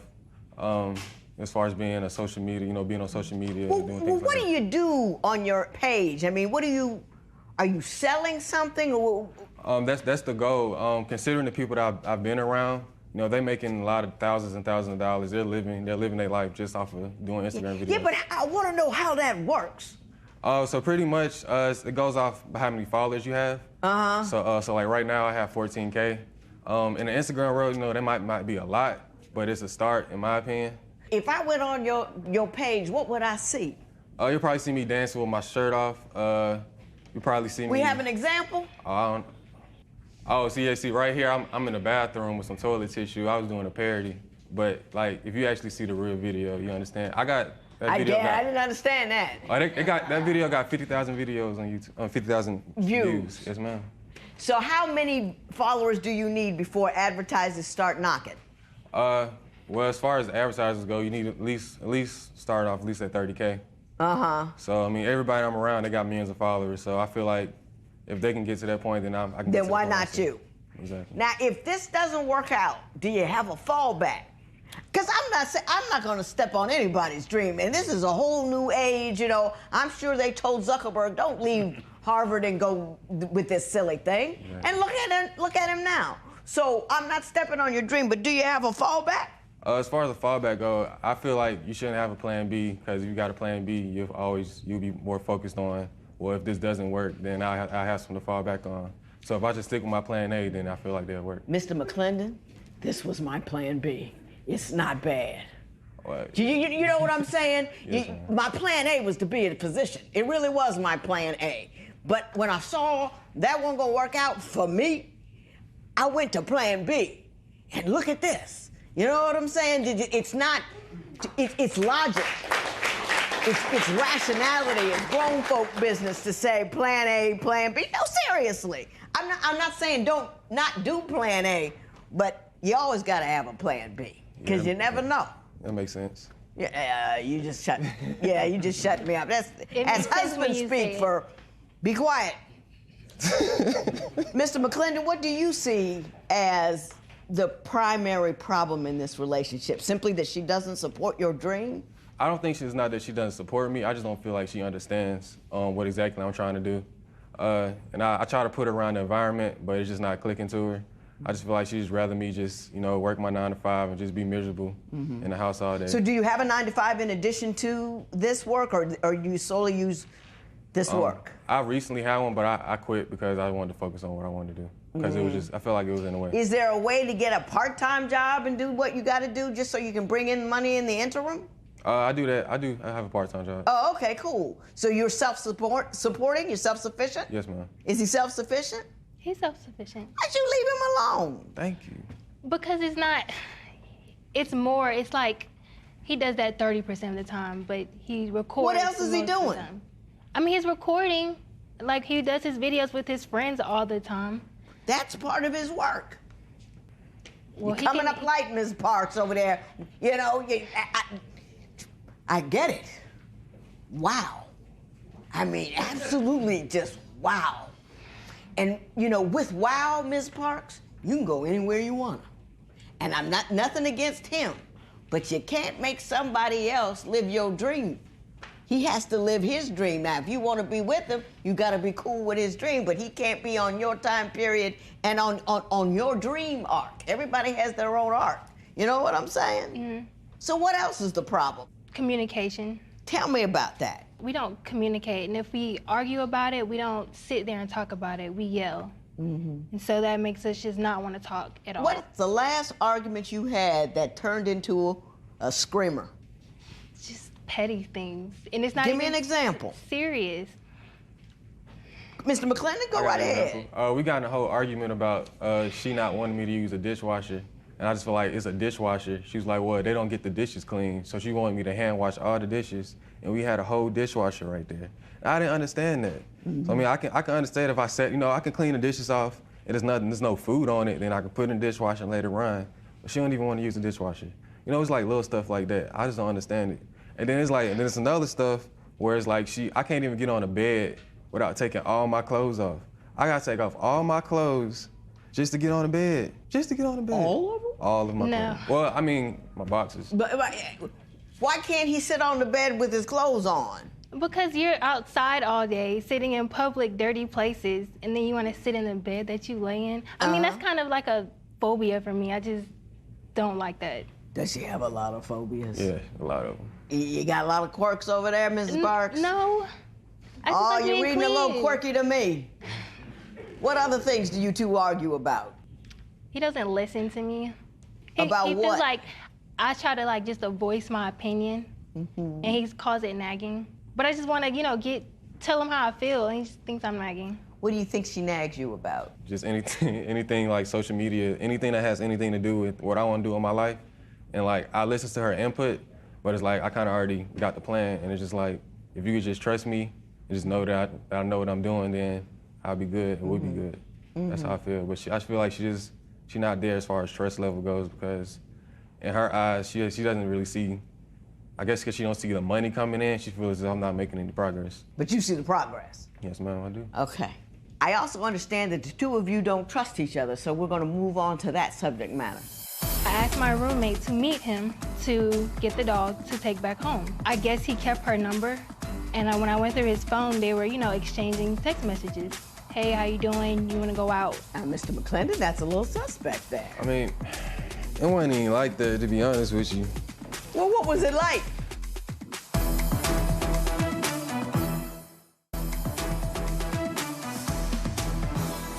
Ms. Parks, you say that you don't trust Mr. McClendon because he's awfully flirty with women online. Why don't you tell me what your concerns are in that regard? So if he posts a video and females will comment under it, he'll feel the need to, post, heart eyes back, and I feel the need that he doesn't need to respond to every female that posts on his page. Does he respond to everybody or just every woman? I feel like it's every woman.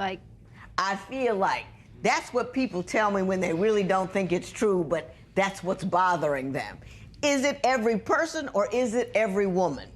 I mean, if it's his friends, he'll respond back to them. But if it's a girl who sends heart eyes, I feel like there's no need to respond. No need to respond. Mr. McClendon, what is your position? I I feel as if most of the people that do comment, I don't say anything back unless I know who they are, or unless I feel like if it's like somebody who's supporting me and that's been supporting me and that's always under my comments, I'll respond back with something, the most friendliest thing I can respond back to. That's just how I see it. Somebody gave me some hard eyes the other day, and I responded back with a smiley face and some laughing emojis. And I just responded back because I knew who the person was, you know, and we've done work together. So if I didn't respond back, it would have been a dang. So now, Ms. Parks, give me something else. Has he ever done anything, online or otherwise, that makes you think he's cheating on you? Anything? There was this one time he had my dog, my puppy, and I was at work. So I asked my roommate to meet him to get the dog to take back home. Come to find out, I guess he kept her number. And when I went through his phone, they were, you know, exchanging text messages. Just like communicating, just, you know, hey, how you doing? You want to go out? And at this point, I'm just like... Mr. McClendon, that's a little suspect there. I mean, it wasn't even like that, to be honest with you. Well, what was it like? It was more like you know, she had my dog that, you know, I was trying to figure out who she was. And it's not like we was flirting or anything. I just wanted to get to know the person that had my dog. That's all. Oh, you can't even keep the smile off your face while you saying it. That story was so light and so tired, you couldn't even tell it without smiling. That was pitiful. You know you were wrong. You were just poking out there around a little bit, see what might happen. Isn't that what happened? I mean, her friend not even that that's cute, what happened. Yeah, I know. And he took her out, too. He took her out? It was the Applebee's. Doesn't matter where it is. Are you serious?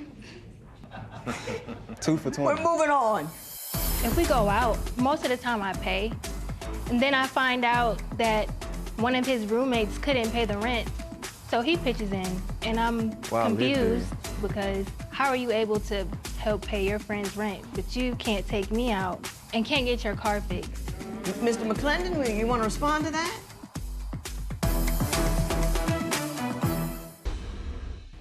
Basically, what I'm getting from you, Ms. Parks, is you want him to become a more stable adult individual. That he needs to buy a reliable car, that he needs to pick up the bills. Are you paying for him?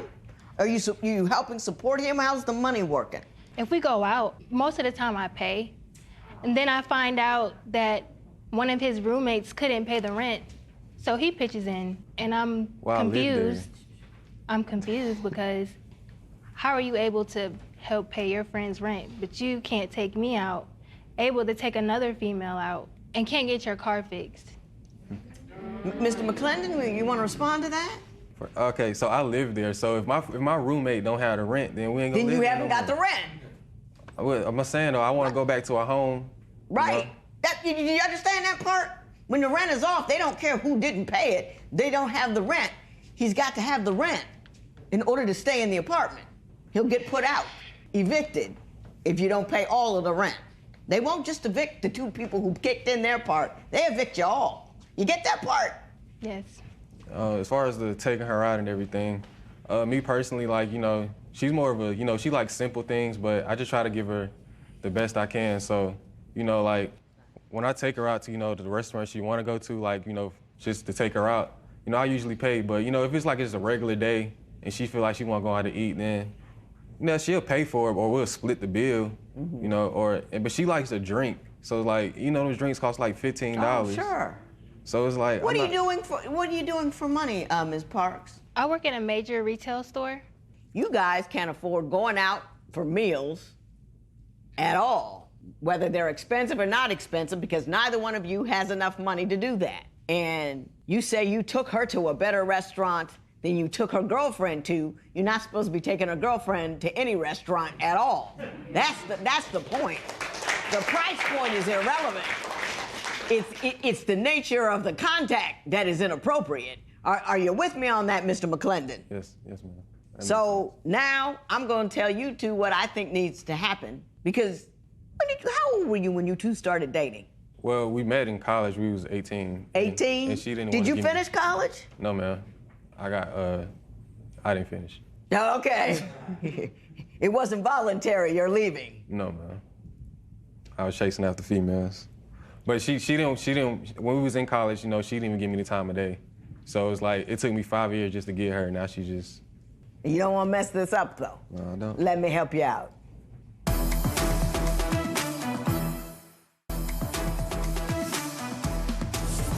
I am truly conflicted. First of all, I think the two of you make a gorgeous couple. There's so much beauty and shine over here, I don't know what to do with it. She's just absolutely gorgeous.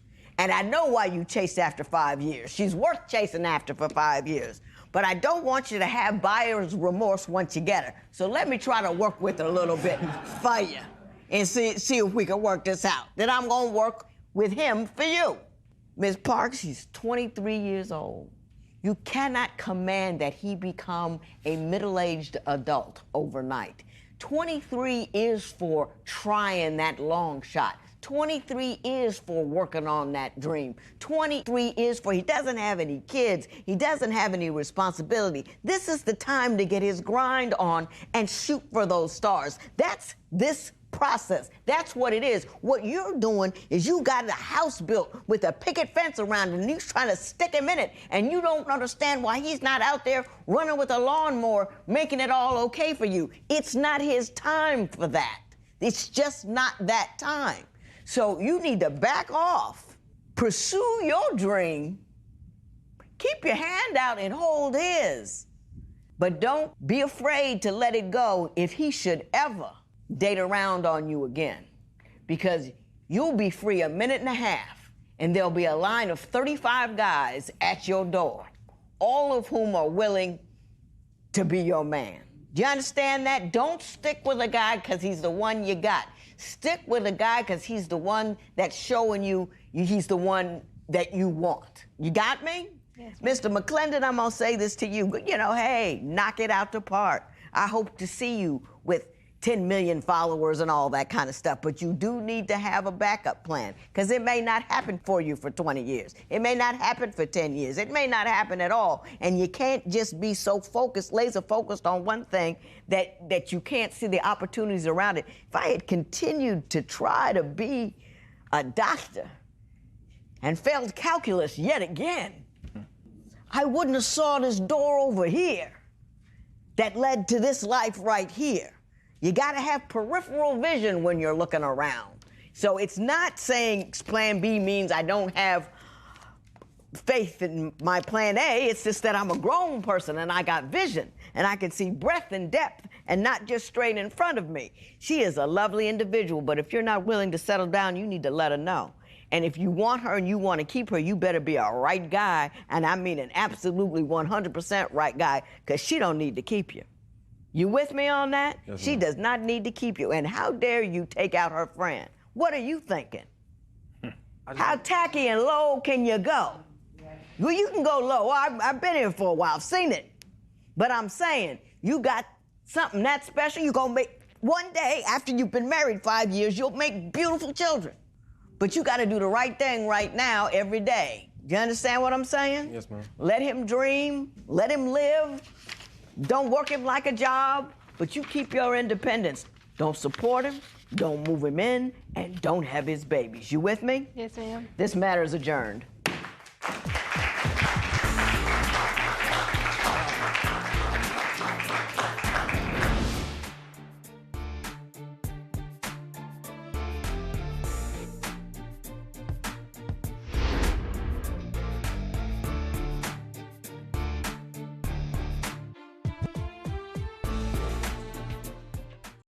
Today on Divorce Court. I'm unhappy in my marriage because my husband is a cheater. I had 2 babies by someone else because I was just doing me for real. James accuses me of cheating because the ones that do the most assume the most. I don't trust my wife because the whole hood know her. She's too friendly. I would like for the judge to tell James to start respecting me, appreciate me more. I figure she lies in my face all the time because she's scared of the truth. I do not see me spending the rest of my life with him unless he changes. I tell her all the time, like, we ain't even gotta be together. It's her who wanna be together, not me. I want a man that is faithful, that's committed, and that appreciates me like I appreciate him. Divorce Court is now in session. Good day, ladies and gentlemen. I'm here with James Cannon and Aaliyah Cannon. Mr. and Mrs. Cannon, you have been together 5 years, married for 1, and you have no children together, but you have children from other relationships. You are getting a divorce, and in so doing, Mr. Cannon, you want her to pay you $1,325 for things that we will discuss momentarily. But before we do, Mr. Cannon, tell me, how did we end up in divorce court here today? Well, Your Honor, you know, all women want a good man. Yeah. But a lot of women don't know how to keep them. So as far as the simple fact that, I mean, I admitted in the beginning, I was doing what I wanted to do. I done had kids, I done had babies or whatever, but I changed. You had babies with other women. I had babies while with you other were women. with her. Yeah, but it wasn't. We wasn't like. It wasn't like serious. It was like not serious. I was kind of doing me, but she was kind of serious, and we was living together. She was kind of doing her too. So were you living together while you had these? No. We wasn't really living together when this happened. Right. So we was. Were you living with any one of the other 2 mothers? I stayed by myself the whole time. You were just traveling. I was traveling. I was doing me. She was doing her too. She wanted to make it seem like, oh well, it's all me. It's all me. No, she was doing her too. She was up to some things. She was up to some things too. Like, Your Honor, it was for a simple fact. It's been some times where, when we was together, like this is why we was married. Right. I was cleaning up the house one day, and as I'm cleaning up, I found her pants, and in her pants pocket was she had some pennies in her pocket. This is why we were married, but they're balled up in her pocket. What happened with the panties in the pocket? It was just the panties after I had them on, like I had balled them up, just put them in the pants that I had on and they was in the laundry. Ms. Cannon, do you think he stopped cheating, or do you think he's still cheating? Just a few days ago, I found that he was on a dating site. And on the dating site, you know, I found out through his email that he had this dating site, and when I clicked on it, the name of the site popped up, and it was a picture of him.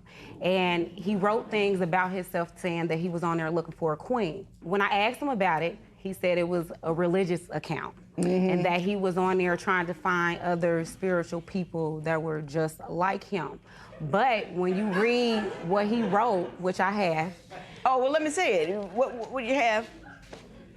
Now, Mr. Cannon, while I'm reading what you wrote, why don't you explain why you wrote it? Your Honor, I'm on. We all got a regular. No, we all be on sites like whether they're like. Everybody don't do dating sites. No, not. I mean, not dating site. I mean, it's just another site that everybody be on. Like it's like, you know, people got Facebook, or then they got other. No. Let me read what he said, Joe.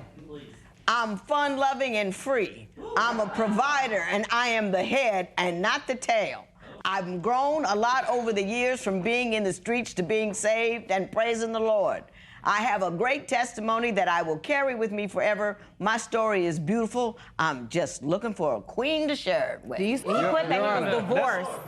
That's not really cheating, Your Honor. I mean, everybody it's the same as having a Facebook. That's like everybody got Facebook. Looking for a queen? That's exactly what I said. That's saying I want a woman. Yes. And you said I'm free, and you're not free. You're married. Yeah, you're hollering God and lying at the same time. Yeah. Thank you. You might be right about that. There you go. I know I'm right. It's just at certain time, but I have plenty of reasons why I feel like I need to be looking for other things, because she's not giving me everything that I need. What is she not giving you? No. I mean, what is she not giving you? It's been plenty of times where, like, I done changed, Your Honor. I mean, I changed a lot. Like, I used to sell drugs. I used to cheat a lot. I used to have a lot of different women. You were just out there. I used to sell drugs. I used to cheat. I used to smoke a lot of weed. I used to drink. I used to just go out. I used to just do everything. But as I got saved and put the Lord first, and He delivered me, it's like I changed my life, because He showed me a different path. Like I could have still been out there in the streets, dead or in jail somewhere, but. What isn't she giving you, though? I understand about your growth, and I'm proud of it, but... She's nagging all the time. All she do is nag and complain about nothing. Like, she nagging and complaining about Facebook stuff when she's on Facebook more than me. He's meeting. I'm sorry. He is meeting people. Hang on. No. But aren't you meeting people on there? You're looking for women? I just created it. I don't even be on there. You got to pay for that. I don't even. I can't even. I don't even be on there like that, because that's the site that you got to pay for. It didn't even start off as that a meeting. But the payment website. part shouldn't be the part that stops you. If you are a believer, you got a wife. You got to deal with that situation Exactly. first. Exactly. You're right. But the thing is, I was looking. That's not the site that I started on. I was looking for like other Christian sites. But it ended up pulling me to that site. Then go to church. Go to church. Now I'm gonna say one more thing. I'm gonna leave it here. You know, it's not the site that you picked. It's the thing that you were doing that is contrary to the beliefs you espouse. That's all I'm trying to say. I understand. So, but my understanding is you believe she has been unfaithful as well, and that's what I want to talk about now. Well, I'm getting to pick her up. And as I'm at the corner of the driveway, Aaliyah is pulling up with another guy in the car. Like she didn't expect me to show up early. Right. So I'm looking at her dead in the window, in the front window. I see her like she's in the car with another guy. But once they saw me, they back out the driveway and shoot down the street. Ms. Garner, did that occur?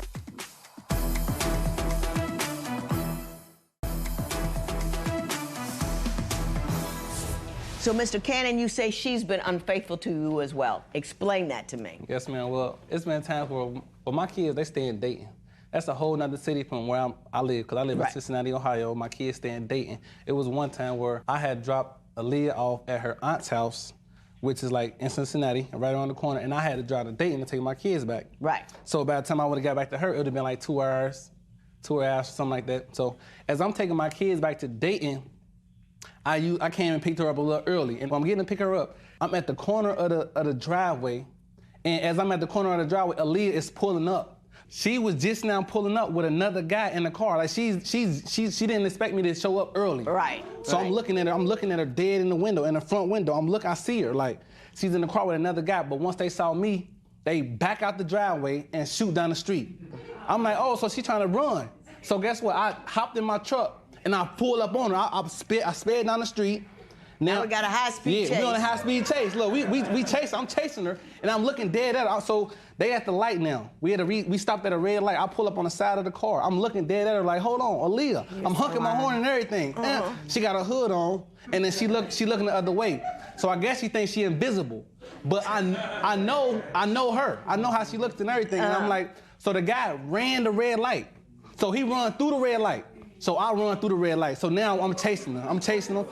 The guy actually busts a U-turn in the middle of the street, fly back up the street, past the police station. I'm like, you know what? I'm not about to keep on chasing them. I stopped chasing them. I'm like, you know what? I'm done. I'm done with her. I don't know. Me and the rest of the driving citizenry appreciate that. It was a full-blown high-speed chase.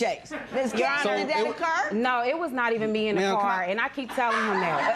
I keep telling him that. To you. Like, no, like it really was not me in the car at all. Like I told him, do you know that there was a high-speed chase that began where you lived? No, he told me about it, and I was down the street. Like I had walked off. I had went to the store. Like I came back, and like my aunt telling me like, oh, JJ was outside, and he pulled off real quick. And I'm like, okay. So then when I called him on the phone, that's a lie. He told me to go back to that you was just with. I'm like, what? I wasn't just with nobody.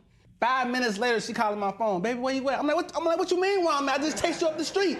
That wasn't me, baby. I'm like, man, you know what? Don't come back to my house. I'm like, don't come back. Get your stuff and get out. So I'm at my house. Your house. That's one of our problems. So 5 minutes later, she pull up at the house. Oh, baby, what's going on? What's going on? I'm like, man, what you mean what's going on? Don't play dumb with me. I seen you in the car with the guy.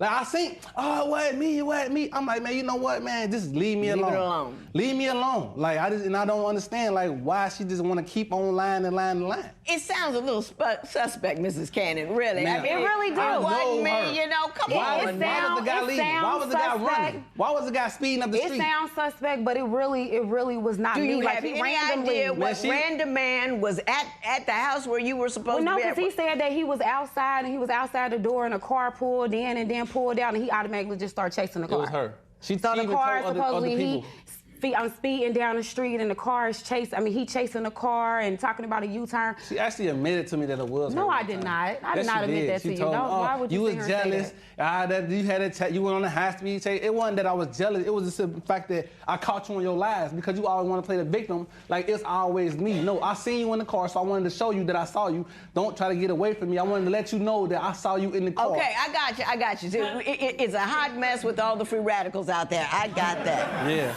I had picked her up from work, Your Honor. We started arguing or whatever, like, and she told me, like, well, yeah, I slept with somebody else. I had a relationship with somebody. I'm like, well, okay. Well, since we've been honest with each other, So did I. I had sex with somebody else, too. Mrs. Cannon, what do you have to say in response to that conversation? There's another significant issue in your marriage that I think we need to address. Mrs. Cannon, I understand you want to have another baby. Is that accurate? I would love to. You would love to? Yes, ma'am. But between you already got 12 children? Yes. Okay. Now, how many are yours? I have 5. You have 5, and you have 7. Yes, ma'am. Okay. I take it you don't want any more. Nah, I'm cool. I'm glad. I love my 7 that I got, but I don't need no more right now. Why do you want to have another one, especially as rocky as this situation is? Well, I would love to have a baby by my husband. Like, it would really be something nice for me to have, but I can't have kids. My tubes is tied. So that's why him having them 2 kids on me bothers me as much. Do you think that would solidify the marriage somehow, to have kids with them or something? Well, no, I don't expect for a baby to be able to fix anything, but that was in the beginning when we first got together, you know, that I wanted a baby. Right now, if we would had a child, it probably would be terrible because we probably be battling back and forth about this child. But the problem that I have is the fact that I cannot get over the fact that he had 2 kids on me. Right. You know, like, it's very hurtful. Not only did you have 1, you turned around and you had 2 of them by the same chick. You know what, Your Honor? It's like, the thing is, her tools is tied, and I'm a guy, so I mean, my tools ain't tied. So it's what does that have to do? Hang on. Let him finish. If she cheat and do what she want to do, won't nothing happen. Like, no matter how many guys that she mess with or sleep with, she won't get pregnant. But if I go out there and have sex, it can only be one time, and it can be like a baby. Like it's not like something that I planned on happening. There's 99 million different forms of birth control out there. Yeah, but that's not my. Oh, yes, it is your responsibility. Yes, it is. It is your responsibility. Thank you. If you don't know that woman, if you don't know everything is cool, you cover it up. You don't bring diseases home. You don't leave kids littered out there. You cover that up. You're responsible for that. I understand. I'm talking about it's not my job. Please. No, I mean, I understand that. I mean, but I take care of my kids. I love my kids. That isn't the point. But it's the fact that you had the 2 kids That isn't on the me. point. I mean, you should take care and love your children, but you also should be responsible not to create them and have if enough that is not respect for me, appropriate under the circumstances. That's what I'm telling you. You're right, Mom. Mr. Cannon, I understand you finally filed for divorce. What brought that on? It was one time, Your Honor, it was like, well, I had picked her up from work, Your Honor. As we got to the house, we got into an altercation. Like, so we started arguing or whatever, like, and she told me, she admitted, like, well, yeah, since you want to keep on talking, yeah, I actually had sex about I was accusing her of having sex. What did you say to me before I said that? I'm gonna get to you. The first time, look, that's what she told me she had sex first. She told me, like, well, yeah, I slept with somebody else. I had a relationship with somebody. I'm like, well, okay. Well, since we've been honest with each other. So did I. I had sex with somebody else, too. Mrs. Cannon, what do you have to say in response to that conversation? In the midst of us arguing, you know, we saying things to each other. You know, he's saying bad things. And then I'm saying bad things. Up. But when he said it, it crushed me because I know for a fact that he probably more than likely actually really did it. And you just said it for a fact. And I just said it, you know, just to make him mad, but don't get me wrong. She told me she had relations first. I got it. I got that part. But don't get me wrong, like, I don't want to make it seem... Yeah, I see we are completely and utterly off the cliff. I get that. Know why we're in divorce court. Now I want to talk about the money.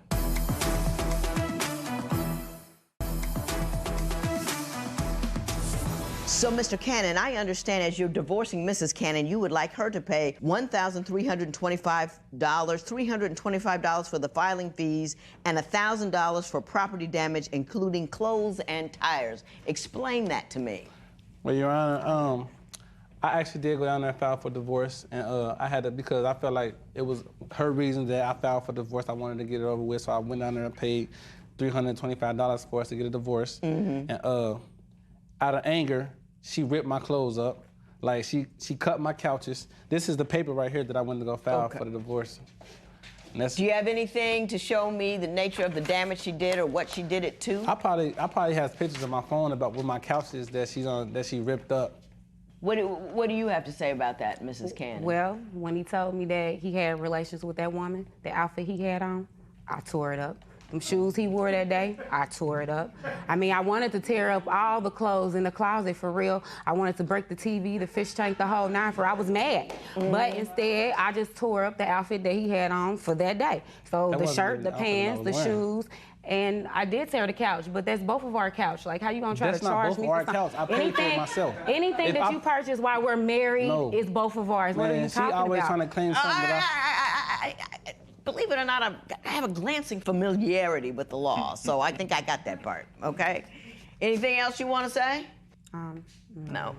Listen, here's the way it goes. You filed for divorce, you paid for the filing. That's what she's going to have to pay for her side, her attorney, all that kind of stuff. You want to get a divorce, you paid for the filing, that's it. She doesn't owe you the money for the filing because you believe she's the reason that you filed. You did quite enough dirt on your own, by the way.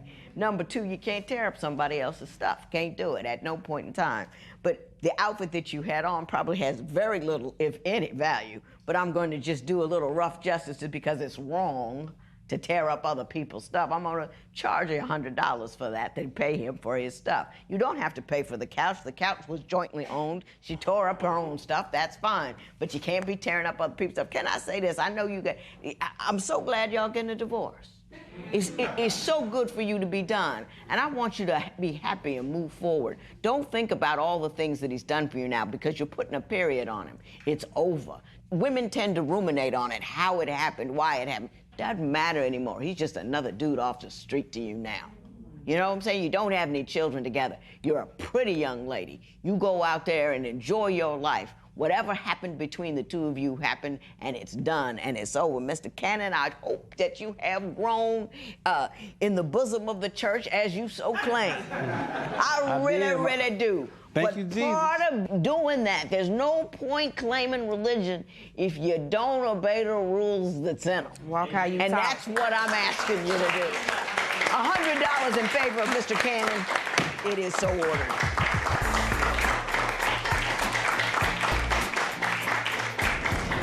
I would have hoped things would have got better between us, but I know as a woman how I'm supposed to be treated, and I need to be treated better.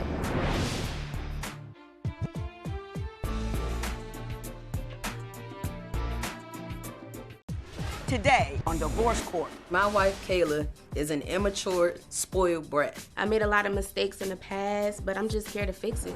She doesn't want to take on responsibility, she doesn't want to pay bills, and she doesn't want to work full time. She thinks that she's right all the time. I'm starting to feel more like her parent rather than her partner. Lachey needs to fix her attitude. Kayla lies way too much. She even lied when she proposed to me. Deep down inside, she's really petty. Our lease is up in 3 months. If things don't change by then, I'm gonna go my way and she's gonna go back to her family. I don't wanna lose her. And it's scary. It really is. Divorce Court is now in session. Good day, ladies and gentlemen. I'm here with Lachey Wallace and Kayla Clyburn. The two of you have been together for 2 years, married for 1. Ms. Wallace, I'm going to start with you. Why don't you tell me a little bit about your relationship and why you're here today? Because I understand that even from the beginning, at the proposal, there was problems. Well, that'll be correct. After we reconnected, everything was good. Like, we were hanging out every day. We spent a lot of time together. And, we talked about getting married. So she had said, I need to save for a ring or whatever. And I'm like, I don't really need a ring. It's just the fact of we're making a commitment. So I'm over her house one day, and I see a ring near her room. So I'm like, whose ring is this? You wanted to propose, just do it. So she's like, I don't know whose ring it is, basically, but we could use it. So I'm like, cool, just do it, because I didn't think she was going to do it anyway. But she proposed to me, and I accepted it, and we were good ever since. 5 months later, we got married and moved into the house or whatever, and there was a laptop that she bought from her house when she moved. So I'm on the laptop, I'm about to clear it out, just making sure there's no important files on there. I see pictures of her and her ex. So I'm going through the pictures, you know, being nosy. I come up on a picture of the ring, but it's not my hand. So I'm looking at the laptop and I'm looking at my finger, looking at the laptop, looking at my finger like, this is the same ring. Whose finger was it on? Was it on her finger or her ex's finger? Basically, she knew that this was her ex's ring, but when I asked her, did you know who ring it was, she lied. Ms. Clyburn, what'd you lie about that for? Not really a big deal, is it? I lied because I wanted to marry her. I knew that when you get married or when you propose, you have a ring, and I didn't have enough money for a ring. So I thought of the idea of, I knew it was wrong. I knew it was wrong when I did it, or I knew it was wrong when I thought about doing it. But I wanted to marry her, and this is my way. I knew she was coming over. Let me just put this ring right here. And I knew it was wrong, but it worked. Right. And that's the problem. She set up the whole thing. Right. Like, I thought it was just a coincidence. Oh, it's a ring right here, but she plotted. And I don't think that's a plot. That is a plot. I think that was a romantic plan, a gesture. She was trying to, you know, she couldn't get a ring. She used somebody else's. Why does that bother you so? It was her ex's ring. I get that. You not only did you lie about it, but you knew that was your ex's ring. Like, was it nice? I liked it a lot. But I had to throw it in the trash just because of the simple fact. You had to throw it in yes, the trash? That's just foolish. I got up and I threw it in the trash, and now it's in some. Sell it. No.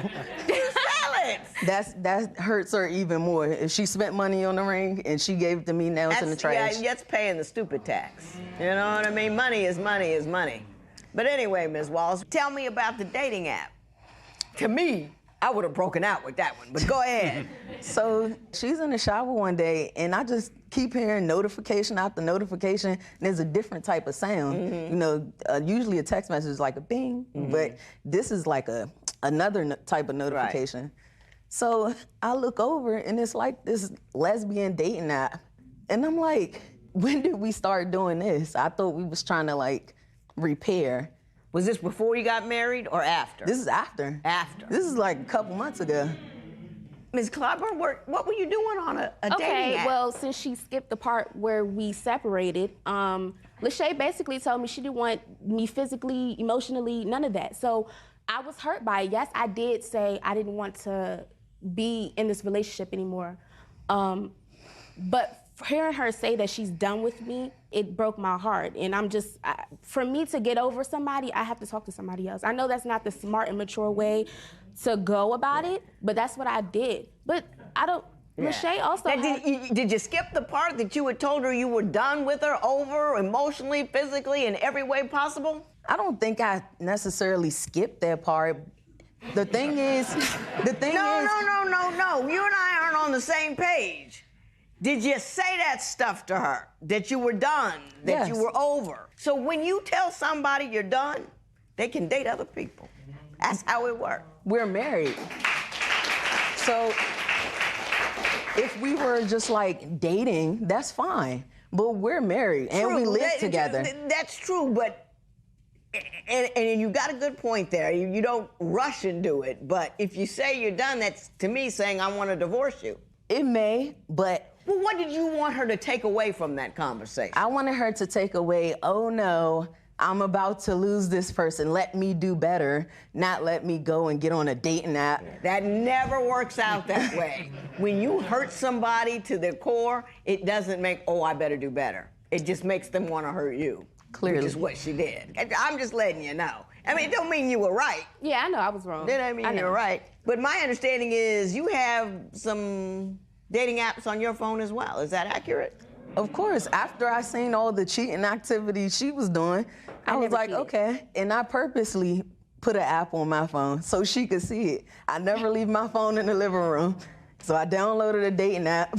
You know, When did relationships stop involving two people? You know, it's like, you know, this, so I'm gonna go over here and do this over here because she hurt me over there. It's never a conversation or a discussion between the two of you. It's always you gotta reach out and grab a third party and pull them in through dating apps or social media. That's why don't nothing work out.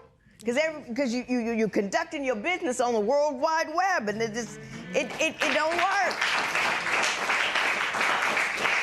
I understand there's a whole lot going wrong, money problems, family problems, so I'm gonna move off of this issue and move on to the next. You don't think her family approves of your marriage, is that accurate? Those who do know are fine with it, but I feel like her family, they're pretty much, they think it's a phase for her. Are you worried about some of your family members finding out, because they're gonna find out now, but you know, finding out that you're married?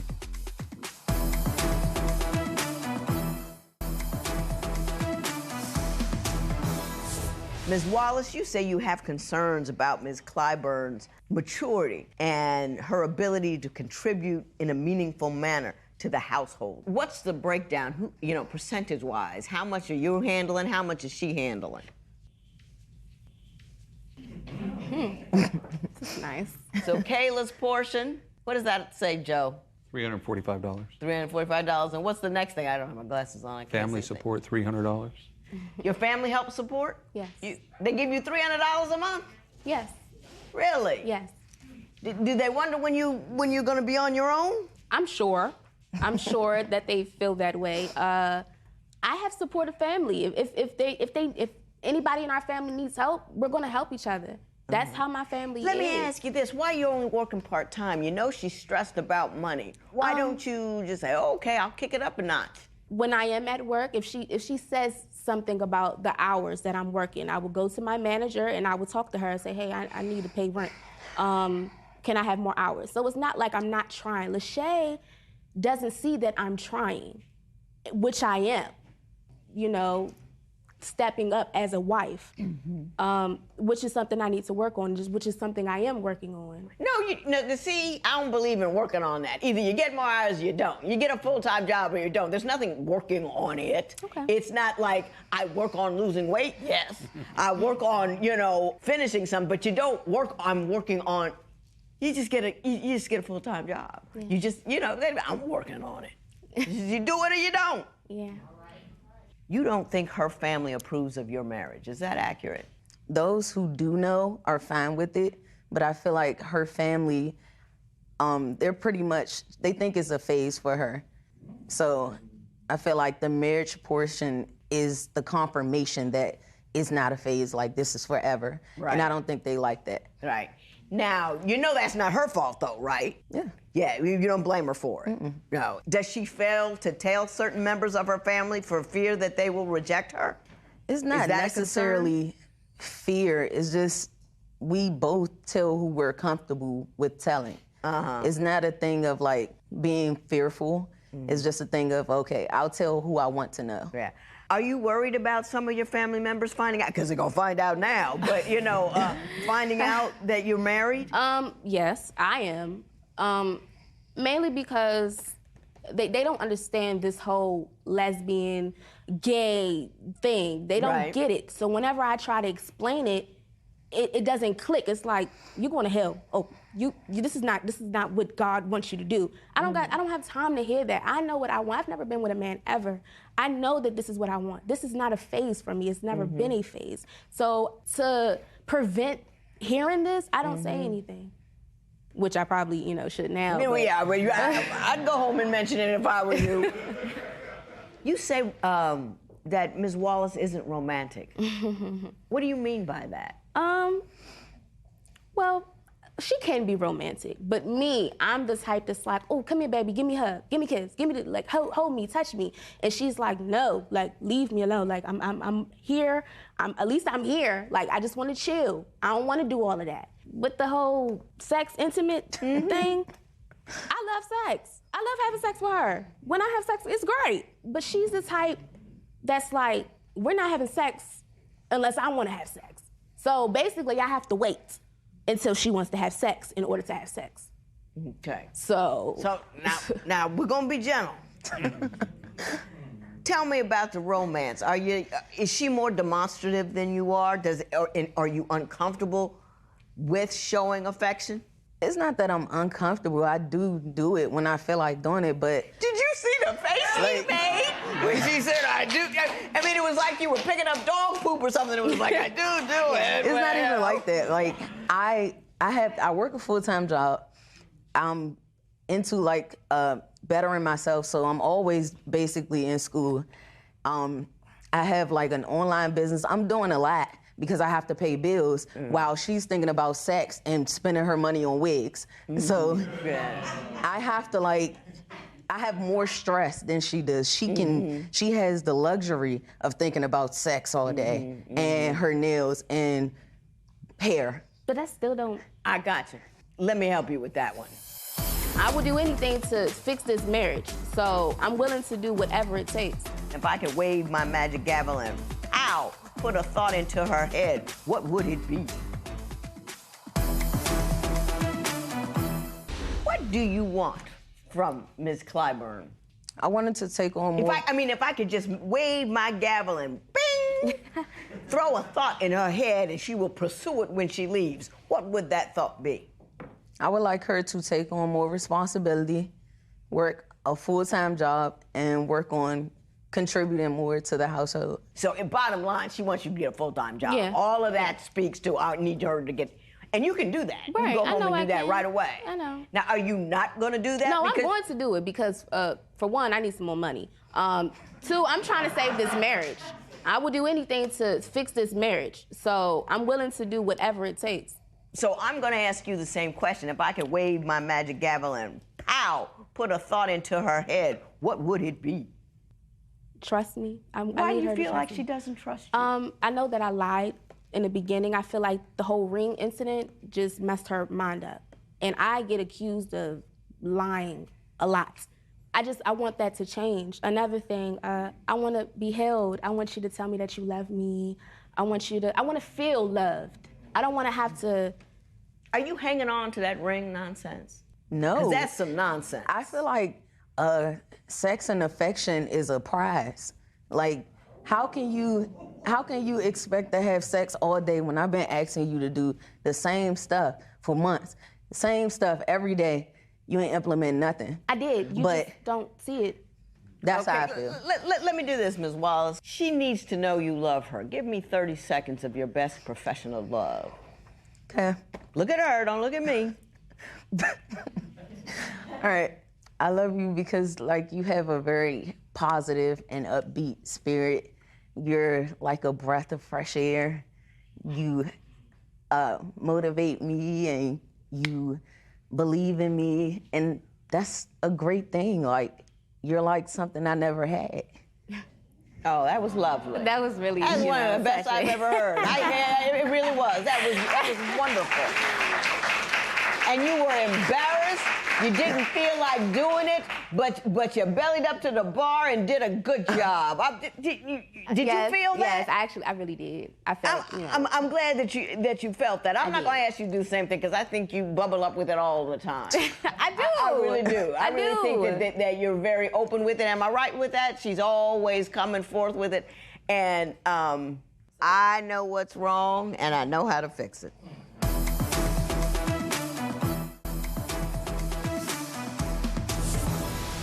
I love situations like this because I got two good people doing the right thing, loving one another, that are getting tripped up by the little stuff. And you can fix the little stuff.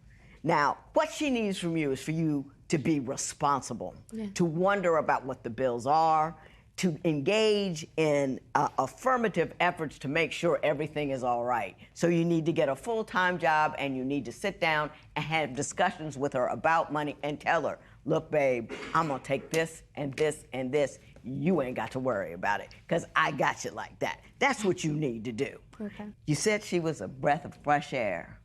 Breathe her in. You are tight. You are just, when I'm this and I'm this. One of the best and easiest and biologically rooted ways to feel less stress is to hold another person. You know, that skin-to-skin contact, it releases oxytocin. It actually makes you feel better. That's what you ought to do. And when you talk about affection, it doesn't take any time. 5 minutes throughout the day, a hug here, a kiss there. It may not be your go-to move. It may not be natural for you, because I don't think it is. But every once in a while, if you feed that, and if you respond to her maturing and stepping up, and she's only 21. She's 2 days past born. She's just a kid. I was a fool when I was 21. I was a fool that had money because I didn't waste it on nothing. But you understand, she's 2 days past born, so you got to give her a little room to grow up. Help her with it. Don't get mad that she doesn't do it. Help her with it, and be honest. Know that you could be a little flighty, be a little more solid. You know, talk to her about where you're going, what you're doing, what's happening, so you can build that trust and comfort that she needs. And every time she does something in your direction, put something on it. Throw a hug in there. Throw a kiss in there. You know what I mean? Little bit every day. Extraordinary change, because you're good people. Just messing up the little stuff. All right? Yes. You heard me? Yes. This matter's adjourned.